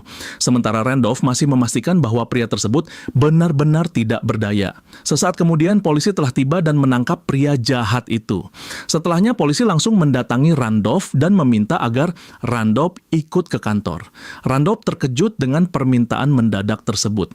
Wanita itu segera mendekat dan menjelaskan bahwa Randolph hanya berusaha menolong dan dirinya yang pertama melaporkan pengundit itu.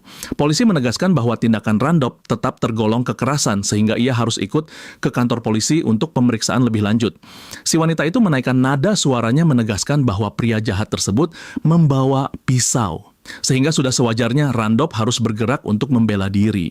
Mendengar perdebatan yang mulai memanas, Randolph mengusap kepalanya dan menyampaikan bahwa ia tidak punya waktu untuk urusan semacam ini. Polisi itu pun meminta maaf, namun menjelaskan bahwa ia tidak bisa melanggar regulasi.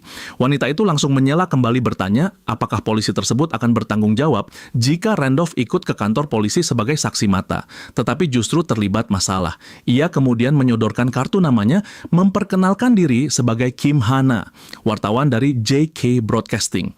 Setelah itu, ia menegaskan bahwa daripada mengganggu orang tidak bersalah, sebaiknya polisi berbicara langsung dengannya sebagai korban kejahatan.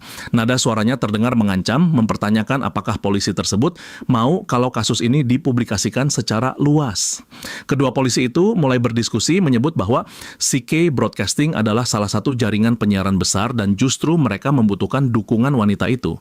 Bahkan warga sipil di sekitar mulai berbisik menyebut bahwa Hana adalah wanita yang menyelamatkan seorang anak dari monster dalam video yang viral di YouTube dan bahkan disiarkan di televisi. Setelah mendengar tekanan Hana, polisi segera bergerak menuju mobil dan meminta Hana untuk ikut ke kantor polisi. Sebelum pergi, Hana menoleh ke arah Randolph dan kembali mengucapkan terima kasih. Randolph membalas bahwa Hana tidak perlu sesopan itu. Hana menyerahkan kartu namanya, menjelaskan bahwa dirinya adalah reporter berdedikasi yang meliput para Dimension Warrior. Randolph bertanya apa maksud dari istilah tersebut. Hana mengingatkan bahwa Dimension Warrior adalah mereka yang muncul pada hari invasi monster dan orang-orang yang berhasil mengalahkan monster dijuluki masyarakat dengan nama Dimension Warrior. Dalam pikirannya, Randolph langsung memahami bahwa Dimension Warrior tidak lain adalah player. Namun hal yang membuatnya terkejut adalah kenyataan bahwa tidak seorang pun menyebutkan Pangenia secara langsung. Ia merasa bahwa serangan antar dimensi terdengar jauh lebih masuk akal dibanding permainan video yang berubah menjadi kenyataan. Setelah memberikan kartu namanya, Hana bertanya apakah Randolph keberatan memberikan kartu bisnisnya juga. Namun sebelum Randolph sempat menjawab, Seon berlari mendekat sambil memanggil nama Randolph menanyakan keadaannya. Saat berhasil mencapai Randolph, ia langsung memeluk lengannya erat menatap Hana dengan sorot sinis yang tak disembunyikan. Hana memperhatikan keduanya, penasaran, dan bertanya apakah wanita itu adalah pacar Randolph. Tanpa ragu, Randolph melepaskan pelukan Seon dan dengan tenang menjawab bahwa Seon bukan pacarnya. Setelah itu, ia memberitahu Hana bahwa dirinya tidak memiliki kartu bisnis. Mendengar jawaban tersebut, Hana bertanya apakah ia boleh meminta nomor telepon. Randolph tidak keberatan dan langsung memberikannya. Melihat perlakuan Randolph padanya, Seon tampak terpukul. Wajahnya dipenuhi kebingungan dengan apa yang baru saja terjadi. Sementara itu, Hana memeriksa ponselnya dan menyebut nama asli Randolph di dunia nyata, Park Hun-young. Baginya, nama itu terdengar begitu indah. Ia memasukkan nomor tersebut ke dalam ponselnya, kemudian meminta Randolph untuk menghubunginya karena ia berniat mentraktir kopi atau makan malam. Randolph menjawab bahwa ia akan menerima tawaran itu dengan senang hati. Nampak Seon tetap tertunduk diam. Ia merasa seperti korban atas sikap dingin yang terus ia terima dari Randolph. Raut wajahnya penuh kekesalan, menegaskan dalam hatinya bahwa Randolph bukanlah siapa-siapa. Hana kemudian melangkah pergi. Saat berjalan, ponselnya berdering memaksanya segera mengangkat panggilan tersebut. Penelepon menyebut Hana sebagai pejabat tertinggi dari stasiun penyiaran. Bertanya apakah akhir pekan Hana menyenangkan. Hana meminta penelepon itu untuk tidak memanggilnya dengan sebutan seperti itu. Penelepon kemudian memberitahu bahwa wakil direktur sedang mengurus urusan bisnis dan meninggalkan sebuah tugas untuk Hana. Hana pun bertanya, tugas apa yang dimaksud itu? Penelpon menjawab bahwa tugas tersebut adalah melakukan wawancara dengan Gracia. Mendengar nama itu, Hana terkejut dan memastikan apakah Gracia yang dimaksud adalah sosok yang diperlakukan sebagai pahlawan yang menyelamatkan Amerika serta mengapa ia yang diminta mewawancarai seseorang sepenting itu. Penelpon mengaku tidak mengetahui alasannya, namun menegaskan bahwa pahlawan super yang begitu maha kuasa itu sendiri yang bilang ingin menemui Hana, dan katanya ia ingin datang ke Korea. Sorotan kini beralih ke gurun pasir Pangenia, tempat mayat-mayat prajurit tergeletak bersimbah darah. Nampak Isabella dengan nafas terengah, tubuhnya gemetar, namun tetap berdiri tegak setelah menghabisi puluhan prajurit seorang diri demi melindungi Randolph. Setiap langkah maju terasa berat. Darah yang menempel di seluruh tubuhnya mengering diterpa angin gurun. Para prajurit di hadapannya memperingatkan Isabella bahwa sang Snake Princess telah diperintahkan kembali oleh ratu. Mereka menuntut Isabella untuk menyerahkan budaknya dengan janji bahwa sang ratu akan menganggap semua ini tidak akan pernah terjadi. Namun Isabella tak mengindahkan. Ia hanya mengangkat senjatanya kembali, bersiap menghadapi serangan berikutnya. Melihat respon itu, para prajurit menyebut Isabella bodoh dan serentak menerjang maju untuk menghabisi pengkhianat yang berdiri di hadapan mereka. Isabella perlahan melangkah mundur mendekati Randolph yang masih duduk diam di antara gate. Namun tiba-tiba cahaya biru mulai muncul dari dalam gerbang. Notifikasi bersinar di udara. Warp telah diaktifkan dan teleportasi dari starting point dapat dilakukan secara gratis.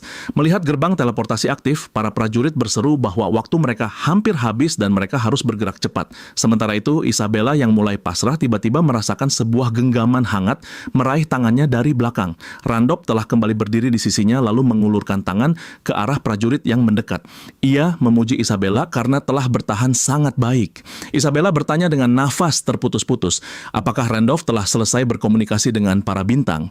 Randolph menjawab dengan tegas bahwa semuanya telah diselesaikan. Ketua pasukan musuh memerintahkan seluruh prajurit untuk segera menghabisi Isabella dan budaknya tanpa memberi waktu sedikit pun. Sementara itu, telapak tangan Randolph mulai bersinar terang. Ia menegaskan bahwa Isabella telah menepati janjinya untuk melindunginya. Maka ia pun harus menepati janjinya pada Isabella. Saat para prajurit sudah tepat di depan mata, Randolph mengepalkan tangannya. Sebuah kobaran api tiba-tiba muncul. Starburst, skill eksklusif Star Sword, telah diaktifkan. Seluruh star energi mengalir keluar dan durasi Starp ditampilkan 41 detik. Ledakan dahsyat mengguncang gurun pasir menghancurkan puluhan pasukan di Squenin, sekaligus dalam kobaran api menyilaukan yang merobek angin gurun. Randolph berdiri tegak di tengah gelombang panas dengan tenang meminta Isabella untuk bergembira karena inilah momen pembebasan. Isabella sendiri tampak takjub menyaksikan kekuatan Randolph. Dalam benaknya ia bertanya-tanya, apakah inilah kekuatan sejati seorang Star Bearer? Sebelum mereka melintasi gerbang, Randolph memanggil Isabella mengingatkan bahwa semuanya masih belum terlambat. Jika Isabella ingin kembali, ia tidak akan menghentikannya. Isabella mendonggak sejenak menatap G di hadapannya, lalu tersenyum tipis dan tanpa ragu menyatakan bahwa ia akan mengikuti Randolph. Setelah keputusan itu keluar, keduanya melangkah melewati gerbang teleportasi. Cahaya biru menyelimut di tubuh mereka sepenuhnya. Notifikasi muncul di udara, menyebutkan bahwa kutukan pembatas yang dipasang pada Isabella telah ditiadakan oleh Blazing of the Stars. Koneksi teleportasi telah dibangun. Ada 12 kota yang dapat diakses dari gurun Kalsman. Tujuan telah dipilih pusat benua Arkana. Dalam sekejap mereka berdua telah diteleportasi ke sebuah wilayah lain, padang luas yang dipenuhi bangunan megah berkilau, kota emas Arkana. Sistem menjelaskan bahwa Arkana adalah kota di mana materialisme mencapai puncaknya. Tanpa kekayaan setara bangsawan tingkat tinggi, para player disarankan untuk menghindari distrik yang lebih dalam. Suasana kota tampak begitu ramai. Orang-orang melakukan transaksi, kendaraan melintas di jalan utama, dan kilau logam mulia memantul dari setiap sudut bangunan. Isabella menatap sekeliling dengan rasa kagum, merasakan betapa berkelasnya kotak ini. Randolph menjelaskan dengan tenang bahwa di kotak emas ini segala sesuatu dapat diselesaikan dengan emas, sehingga mereka harus mengumpulkan dana terlebih dahulu. Dengan penuh percaya diri, Isabella menunjukkan sebuah kantong, menyampaikan bahwa mereka tidak perlu khawatir karena ia telah membawa 300 koin emas. Randolph hanya mengangguk melihatnya lalu menjelaskan bahwa dengan jumlah sebanyak itu, mereka hanya bisa menginap 1 malam saja. Mendengar itu, Isabella sangat terkejut. Ia menegaskan bahwa hal itu terdengar mustahil karena di gurun 300 koin emas dapat membeli 10 budak, bahkan 10 kali harga seorang klerik. Randolph tersenyum getir dan memberitahu bahwa harga di tempat ini jauh berbeda dari gurun Kalsman. Isabella kebingungan dan bertanya apa yang harus dilakukan sekarang. Randolph menunjuk ke belakang dengan santai meminta Isabella untuk tidak khawatir karena ada banyak uang tergeletak di sana. Pernyataan itu membuat Isabella semakin bingung. Jempol Randolph terlihat jelas mengarah pada sebuah kasino megah. Melihat itu, Isabella kembali terdiam bingung tidak memahami maksud Randolph. Randolph menyilangkan tangan di dadanya dan meminta Isabella tetap tenang. Dengan seringai penuh keyakinan, ia menyatakan bahwa dirinya adalah orang yang cukup beruntung. Suara notifikasi berbunyi, tiba-tiba Hidden Trade Blessing of Gold telah diaktifkan, yang artinya Randolph siap berteriak. Sebuah kasino megah berdiri mencolok, dihiasi lampu sorot berwarna-warni yang menembus gelap malam. Kerumunan panjang tampak mengantri untuk masuk dengan hiruk-pikuk penuh ambisi. Seorang penjaga berdiri di pintu masuk, menatap tajam ke arah semua orang, lalu menyampaikan dengan tegas bahwa siapapun yang tidak mampu melakukan deposit sebesar 10.000 koin tidak diperbolehkan masuk. Mendengar jumlah tersebut, Isabella tersentak. Sementara Randolph hanya menatap penjaga itu dengan tenang tanpa menunjukkan kegelisahan sedikit pun. Isabella segera berbisik pelan ke arah Randolph, mempertanyakan mengapa Randolph tidak memberitahunya mengenai persyaratan itu lebih awal. Apalagi sekarang mereka hanya memiliki sisa 100 koin emas. Randolph dengan santai berkata bahwa membeli pakaian adalah kebutuhan utama. Sejak awal, uang yang mereka miliki memang tidak cukup untuk memenuhi standar kota ini. Para tamu lain yang mengantri mulai gaduh karena Isabella dan Randolph menghalangi jalur masuk. Sang penjaga akhirnya meminta Randolph untuk menyingkir jika memang tidak mampu membayar deposit, agar para tamu yang sedang mengantri tidak terganggu. Randolph langsung mengangkat tangannya dan menyodorkan sesuatu kepada penjaga. Di tangannya, sebuah item tampak berkilau dan bercahaya. Ia menyampaikan bahwa uang mereka memang tidak cukup, namun ia menawarkan item itu sebagai jaminan. Wajah sang penjaga seketika berubah. Ia terpaku menatap item tersebut. Benda itu adalah Fairy Queen's Tear, air mata pertama sang Ratu Peri yang sudah mengkristal. Sebuah artefak langka yang mampu mendobrak limit gap sebuah item. Bahkan jika wadah fisiknya dihancurkan, esensinya akan tetap bertahan. Namun, untuk menggunakannya kembali, sang player harus menyelesaikan quest Revival of the Deer. Bibir penjaga itu tampak bergetar dan tanpa ragu, ia langsung memberi jalan, mengantarkan Randolph dan Isabella menuju ruang VIP. Randolph pun melangkah masuk dengan seringai percaya diri. Sementara Isabella menatap sekeliling dengan kebingungan ketika para pelayan membungkuk hormat menyambut mereka. Dengan rasa penasaran, Isabella bertanya item seperti apa yang baru saja diserahkan oleh Randolph. Randolph menjelaskan bahwa itu adalah item yang bernama Fairy Queen Steer, sebuah tulisan yang ia dapatkan dari Sanctuary dan nilainya paling tidak senilai 1 juta koin emas. Mendengar nominalnya, Isabella bertanya apakah tidak masalah memberikan item semahal itu. Randolph menegaskan dengan tenang dan penuh keyakinan bahwa dirinya tidak memiliki sedikit pun rasa khawatir karena ia hanya perlu memenangkan uang yang setara dengan talisman tersebut. Papan roulette berputar cepat, bola logam memantul liar, kemudian perlahan kehilangan momentum. Denting terakhir terdengar jelas ketika bola berhenti di angka ganjil. Seketika sorakan bercampur keterkejutan terdengar memenuhi ruang kasino. Semua orang menatapnya dengan penuh kekaguman, bertanya-tanya siapakah sosok Randolph yang sebenarnya. Mereka penasaran apakah ia adalah sosok dewa judi. Padahal awalnya Randolph hanya memiliki 250 koin emas. Namun kini chip yang menumpuk di hadapannya bernilai 1.400.000 koin emas. Dalam benaknya, Randolph sudah menduga bahwa tidak ada trade yang mampu menandingi Golden Grace jika menyangkut soal kekayaan.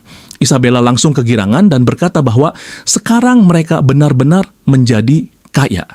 Randolph yang mendengarnya langsung berkata bahwa ini adalah uang miliknya. Namun, secara tiba-tiba seorang penjaga kasino memanggil Randolph dengan tubuh bergetar. Ia menyampaikan bahwa Randolph boleh mengambil uang hasil kemenangannya. Namun, sebagai gantinya, ia tidak akan diizinkan lagi untuk memasuki Hudson Casino. Randolph terdiam sesaat menanggapi dengan kebingungan bahwa keputusan tersebut terlalu cepat. Penjaga itu menjelaskan bahwa semua orang yang telah mengikuti pilihan Randolph juga ikut memenangkan taruhan dalam jumlah besar yang membuat chip terkuras tanpa henti. Dan tentunya hal itu sudah menimbulkan masalah besar bagi kasino. Situasi pun memanas. Sorotan mata para pemain di sekeliling menegang dalam keheningan pekak. Staf kasino bertubuh besar dan kekar langsung mengelilingi Randolph dengan langkah berat, menebarkan ancaman dan meminta mereka untuk segera pergi. Isabella langsung memasang tatapan tajam dan ekspresi dingin setelah menyadari ancaman tersebut. Namun Randolph segera memberi isyarat untuk menahan Isabella. Randolph juga berkata pada para penjaga bahwa dirinya bersedia untuk pergi. Namun dengan satu syarat, ia ingin berbicara lebih dulu dengan pemilik kasino. Mendengar permintaan berani itu, penjaga menjawab dengan tegas bahwa hal tersebut tidak mungkin dilakukan dan meminta agar Randolph cepat-cepat pergi dari sana dengan diam. Dengan tenang, Randolph memasang seringai di wajahnya, meminta agar penjaga itu tidak salah paham. Karena bukan dirinya yang membutuhkan sesuatu, melainkan pemilik kasinolah yang pasti ingin menemuinya. Dengan percaya diri, Randolph menegaskan agar penjaga itu menyampaikan pesannya kepada pemilik kasino. Sementara itu, di ruang pribadinya, bos kasino tengah memeriksa Fairy Queen yang tergeletak di atas meja. Ia mengaktifkan sebuah skill untuk memeriksa item tersebut. Cahaya lembut berdebar menunjukkan keaslian artefak tersebut. Akhirnya, keyakinannya semakin kuat bahwa artefak yang ada di hadapannya benar-benar asli. Bos kasino diliputi keterkejutan setelah mengetahui artefak tersebut begitu bernilai. Benaknya mulai dipenuhi pertanyaan karena ia telah mengetahui bahwa artefak itu adalah Fairy Queen Steer yang hanya dimiliki oleh Fairy Queen Knight dan merupakan benda yang teramat langka. Mencari salah satu dari para knight itu saja sudah hampir mustahil, apalagi membunuh mereka yang memiliki kekuatan luar biasa.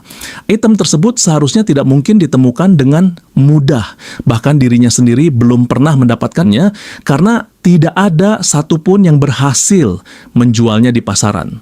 Tidak pernah terbayangkan olehnya bahwa artefak yang begitu berharga ini justru akan datang menemuinya.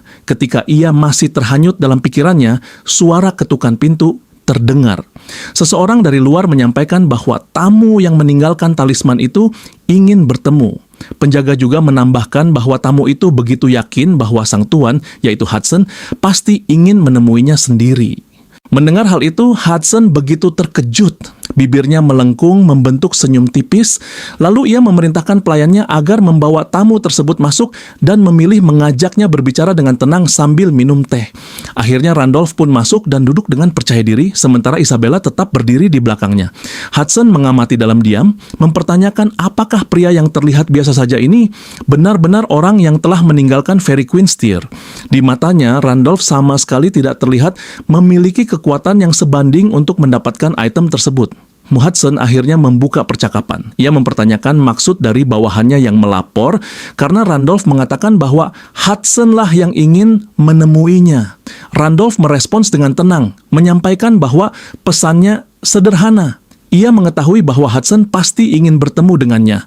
Itulah alasan mengapa ia meminta bawahan Hudson untuk menyampaikan pesan itu kepadanya. Randolph juga bertanya apakah Hudson membutuhkan talisman itu. Seketika mata Hudson membelalak merasakan keterkejutan, lalu ia menghela napas panjang. Ia menyadari bahwa Randolph telah mengendalikan situasi. Hudson merasa bahwa Randolph datang ke hadapannya hanya karena mengetahui bahwa ia hobi mengumpulkan talisman langka. Ia mengakui bahwa dirinya memang ingin menemui Randolph untuk membeli talisman tersebut. Randolph mengangkat gelasnya dengan tenang dan merespons bahwa jika harganya tepat, ia tidak keberatan untuk menjualnya. Mendengar itu, Hudson merasa lega dan dengan yakin menawar 2 juta gold untuk talisman tersebut. Mendengar tawaran yang begitu besar, Isabella terperanjat. Ia begitu kaget, tak menyangka bahwa Hudson akan menawar sebanyak itu untuk 1 buah talisman.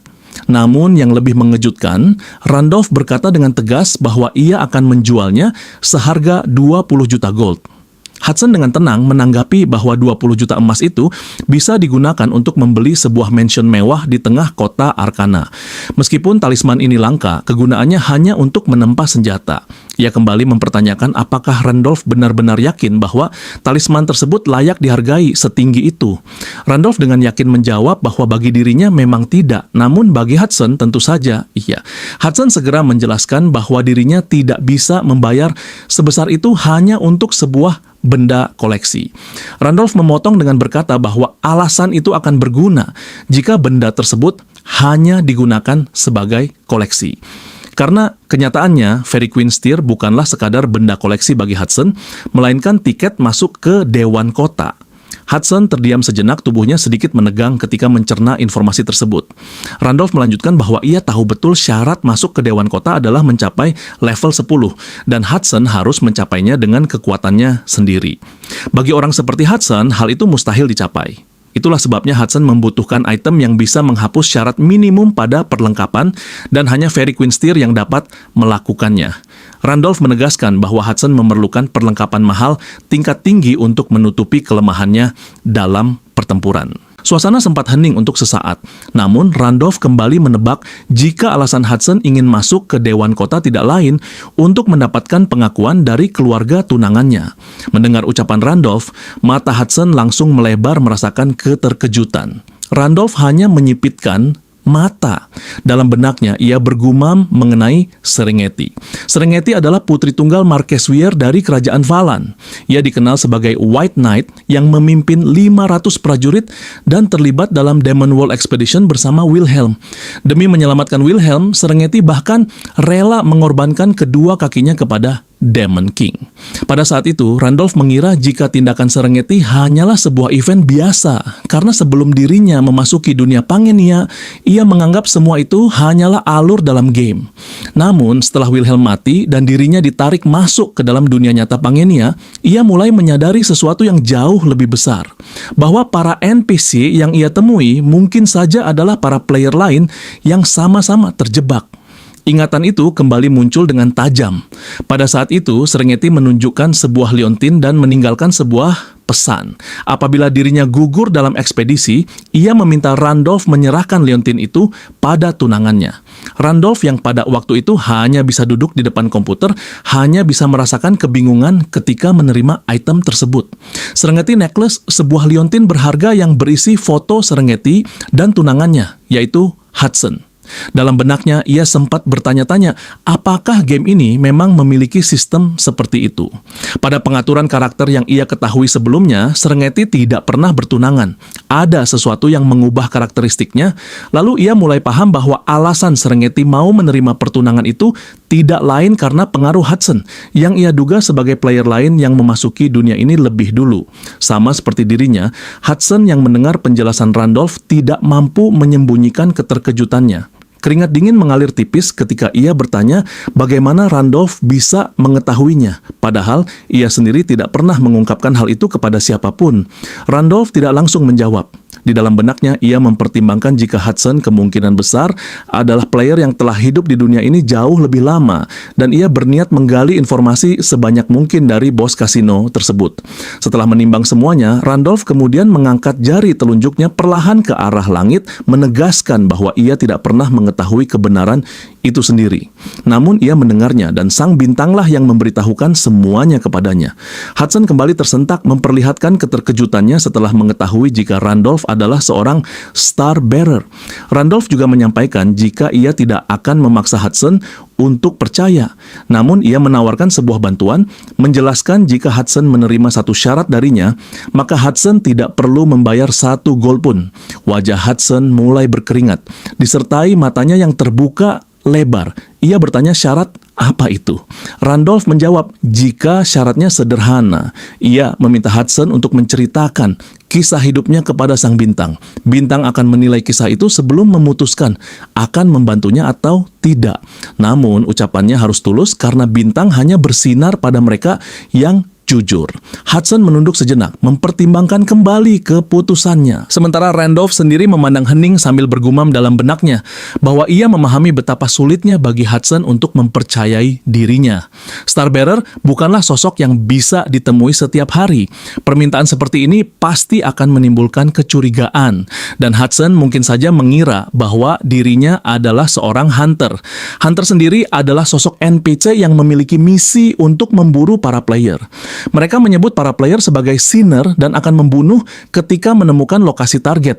Sudah banyak sekali player yang tewas di tangan mereka, dan metode serta pendekatan para hunter selalu berbeda dan sulit ditebak. Dengan begitu, mengungkapkan identitas sebagai player berarti bunuh diri. Karena itulah, sebagian player bersembunyi dan menyamarkan asal-usul mereka, membuat para player lainnya sulit membedakan siapa NPC dan siapa player sebenarnya. Randolph pun tidak ingin membuka identitasnya secara sembarangan. Namun, ia yakin bahwa Hudson pasti akan menerima tawarannya. Hudson akhirnya mengangguk pelan setelah terdiam cukup lama, menyetujui untuk menceritakan kisah hidupnya. Sebelum mulai berbicara, ia membuka lintin di lehernya dan memperlihatkan wajah Serengeti di balik kaca pelindung.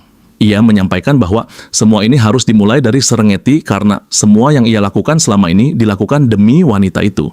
Ia menjelaskan bahwa Serengeti adalah knight pemberani yang bergabung dengan Demon World Expedition yang dipimpin oleh 8 pahlawan. Randolph terkejut mendengar itu dan menanyakan apa maksud dari 8 pahlawan tersebut. Hudson menjelaskan bahwa ekspedisi itu seharusnya dipimpin oleh Wilhelm. Hudson membenarkan bahwa Wilhelm memang yang paling terkenal. Namun, ekspedisi tersebut dipimpin oleh 8 pahlawan. Lalu ekspedisi itu berakhir gagal total karena ketegangan dan perpecahan di antara ke-8 pahlawan tersebut tidak pernah mereda. Randolph masih diliputi ketidakpastian. Kebingungan menekan pikirannya ketika mendengar adanya konflik internal dalam ekspedisi tersebut. Baginya, semua itu terdengar mustahil dan tidak masuk akal. Ia pun menanyakan apakah Hudson mengetahui siapa sebenarnya 8 pahlawan itu. Hudson langsung menjelaskan bahwa tentu saja ke-8 pahlawan tersebut adalah tokoh-tokoh terkenal pada era itu, dan salah satu dari mereka adalah pahlawan terkuat setelah Wilhelm. Sosok yang dikenal sebagai nomor 2, yaitu Gracia. Sorotan pun berpindah pada Gracia yang tengah menatap layar ponselnya tanpa berkedip. Di sana terpampang berita yang sedang menampilkan seseorang menunggangi monster naga berkepala 9 dan membantai para monster di medan pertempuran. Berita itu ditulis oleh seorang jurnalis bernama Kim Hana. Tak lama kemudian, asisten pribadi Gracia menghampiri dan menyampaikan bahwa pertemuan dengan jurnalis Kim Hana telah selesai diatur. Dengan sopan, ia bertanya alasan mengapa Gracia ingin pergi ke Korea secara langsung. Padahal, sebenarnya Gracia bisa saja memanggil Kim Hana untuk menemuinya, mengingat saat ini pemerintah meminta agar Gracia tetap berada di Amerika Serikat. Tatapan Gracia sama sekali tidak bergeser dari layar ponselnya. Ia menjawab dengan tenang bahwa ada sesuatu yang harus ia pastikan sendiri di sana. Ia menyatakan bahwa pria yang muncul dalam berita itu mungkin saja adalah teman yang selama ini ia cari tanpa henti. Sebuah harapan yang membuatnya tidak bisa menunggu lebih lama. Singkatnya, Hudson pun telah selesai menceritakan seluruh kisah hidupnya. Sorotan pun akhirnya berpindah ke sebuah kafe di dunia nyata. Randolph telah kembali ke tubuh aslinya di dunia nyata. Randolph mulai menyantap makanannya dengan ekspresi wajah yang terlihat begitu tertekan.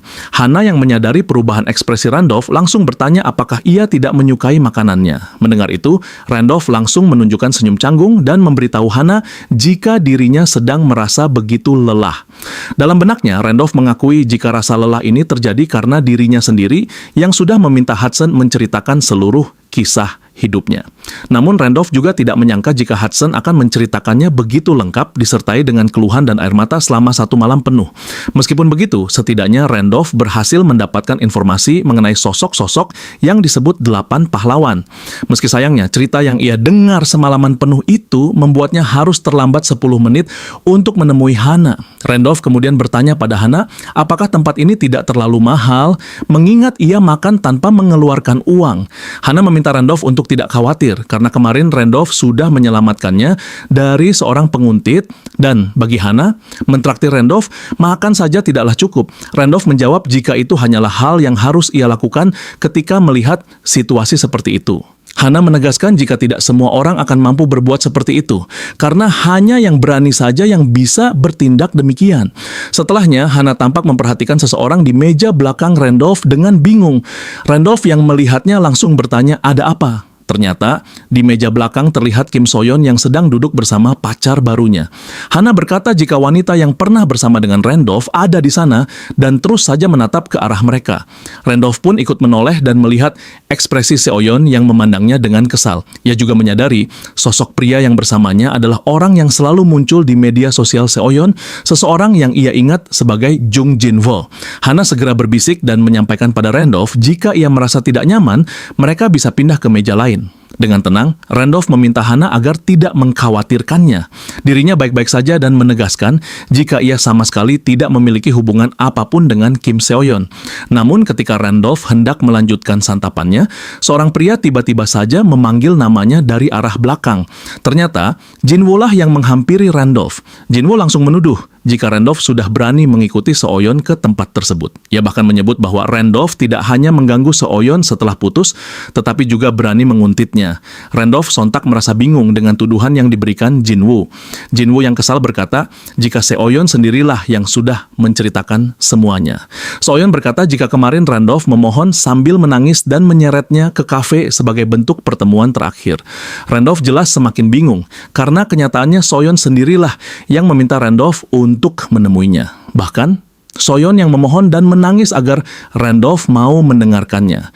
Dengan tatapan tajam, Randolph segera melirik ke arah So-yeon. Wanita itu berdiri sambil menyilangkan tangan di dadanya.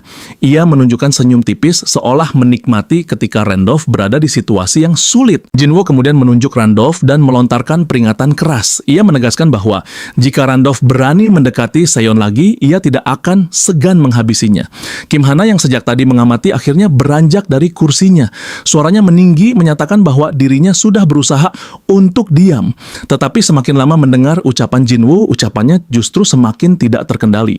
Melihat reaksi Hannah, Jin-woo menyimpulkan bahwa Hannah hanyalah pacar bayaran yang disewa oleh Randolph untuk menemaninya makan. Hannah merasa tidak terima, lalu ia melangkah maju dari mejanya. Jin-woo semakin meremehkan dan meminta Hannah untuk menyebutkan harga. Lalu dengan seenaknya menilai penampilan Hannah yang ia hargai 500.000 won. Ia bahkan menyebut tidak keberatan membayar Hannah 2 kali lipat sebagai pelajaran agar Hannah tidak ikut campur urusan orang lain. Hannah yang kesal menegaskan bahwa dirinya sendirilah yang memesan tempat di restoran tersebut dan mentraktir Randolph makan karena telah menyelamatkannya. Hannah juga berkata agar Jin-woo tidak seenaknya berbicara. Dengan angkuh, Jin-woo langsung melemparkan uang ke arah Hannah, mempertanyakan apakah 1 juta masih kurang. Kalau begitu, dirinya akan memberikan 2 juta sambil meminta agar Hannah pergi dari sana. Mendapat perlakuan seperti itu, Hannah terdiam. Tatapannya mulai menggelap. Seketika Hannah yang kesal langsung menampar wajah pria itu sampai terhuyung. Wajah Hannah diliputi amarah, emosinya mulai meledak. Ia mulai meluapkan semuanya dan menyebut Jin-woo sebagai bajingan brengsek. Wajah Jin-woo semakin kesal. Ia menggertakkan giginya, alisnya berkerut, dan tatapannya menajam. Ia mulai memperingatkan bahwa Hannah sudah memukulnya lebih dulu. Tanpa ragu, Jin-woo melayangkan tangannya dengan kekuatan penuh ke arah Hannah. Dari ujung matanya, sekilas Hana bisa melihat telapak tangan Jinwoo yang hampir mengenainya. Namun untungnya pukulan itu tidak pernah mendarat, karena Randolph langsung menjegal kaki Jinwoo dengan gerakan ringan, membuat tubuh Jinwoo terjungkal di depan Hana. Sambil tetap mengunyah makanannya, Randolph menyuruh agar Jinwoo berhenti. Ia juga mengingatkan bahwa Jinwoo adalah orang pertama yang sudah membuat keributan. Jinwoo yang merasa dipermalukan semakin geram terhadap Randolph, namun sebelum Jinwoo sempat beraksi, Randolph lebih dahulu mencengkeram kepala Jinwoo yang setengah menoleh itu dengan kuat. Dengan satu gerakan mantap, Randolph langsung menghantamkan kepala Jinwoo ke lantai. Jinwoo begitu terengah-engah berusaha mengangkat kepalanya. Dalam benaknya, kebingungan mulai meluap. Ia tidak mengerti bagaimana Randolph bisa sekuat ini. Informasi yang ia dapat dari Seyeon, Randolph hanyalah seorang pria no lab biasa. Sementara itu, Seyeon yang melihat pacarnya tersungkur dengan panik menyuruhnya untuk segera bangun. Sambil menyebut Randolph bajingan, Jinwoo yang terpojok menawarkan untuk menyelesaikan urusan mereka di luar. Randolph menanggapi dengan datar, mengingatkan bahwa Jinwoo yang memulainya, jadi ia tidak perlu repot membuat masalahnya semakin besar. Mata Jinwoo melotot penuh amarah ketika menyadari bahwa saat ini dirinya sedang dipermalukan di depan Seyeon. Tangannya segera merogoh saku celananya dan mengeluarkan sebuah benda kecil.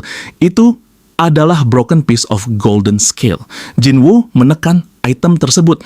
Seketika kepingan itu bersinar terang, cahaya menyilaukan muncul menyebar di antara Randolph dan Jinwoo. Sontak Randolph tersentak dan menyadari apa yang sedang terjadi. Orang-orang serempak mengeluarkan ponselnya dan merekam pemandangan yang luar biasa. Seorang Dimension Warrior telah muncul. Tubuh Jinwoo bertransformasi, otot lengannya membesar dengan kekuatan yang bukan lagi manusia biasa. Ia mencengkeram leher Randolph dengan satu tangannya.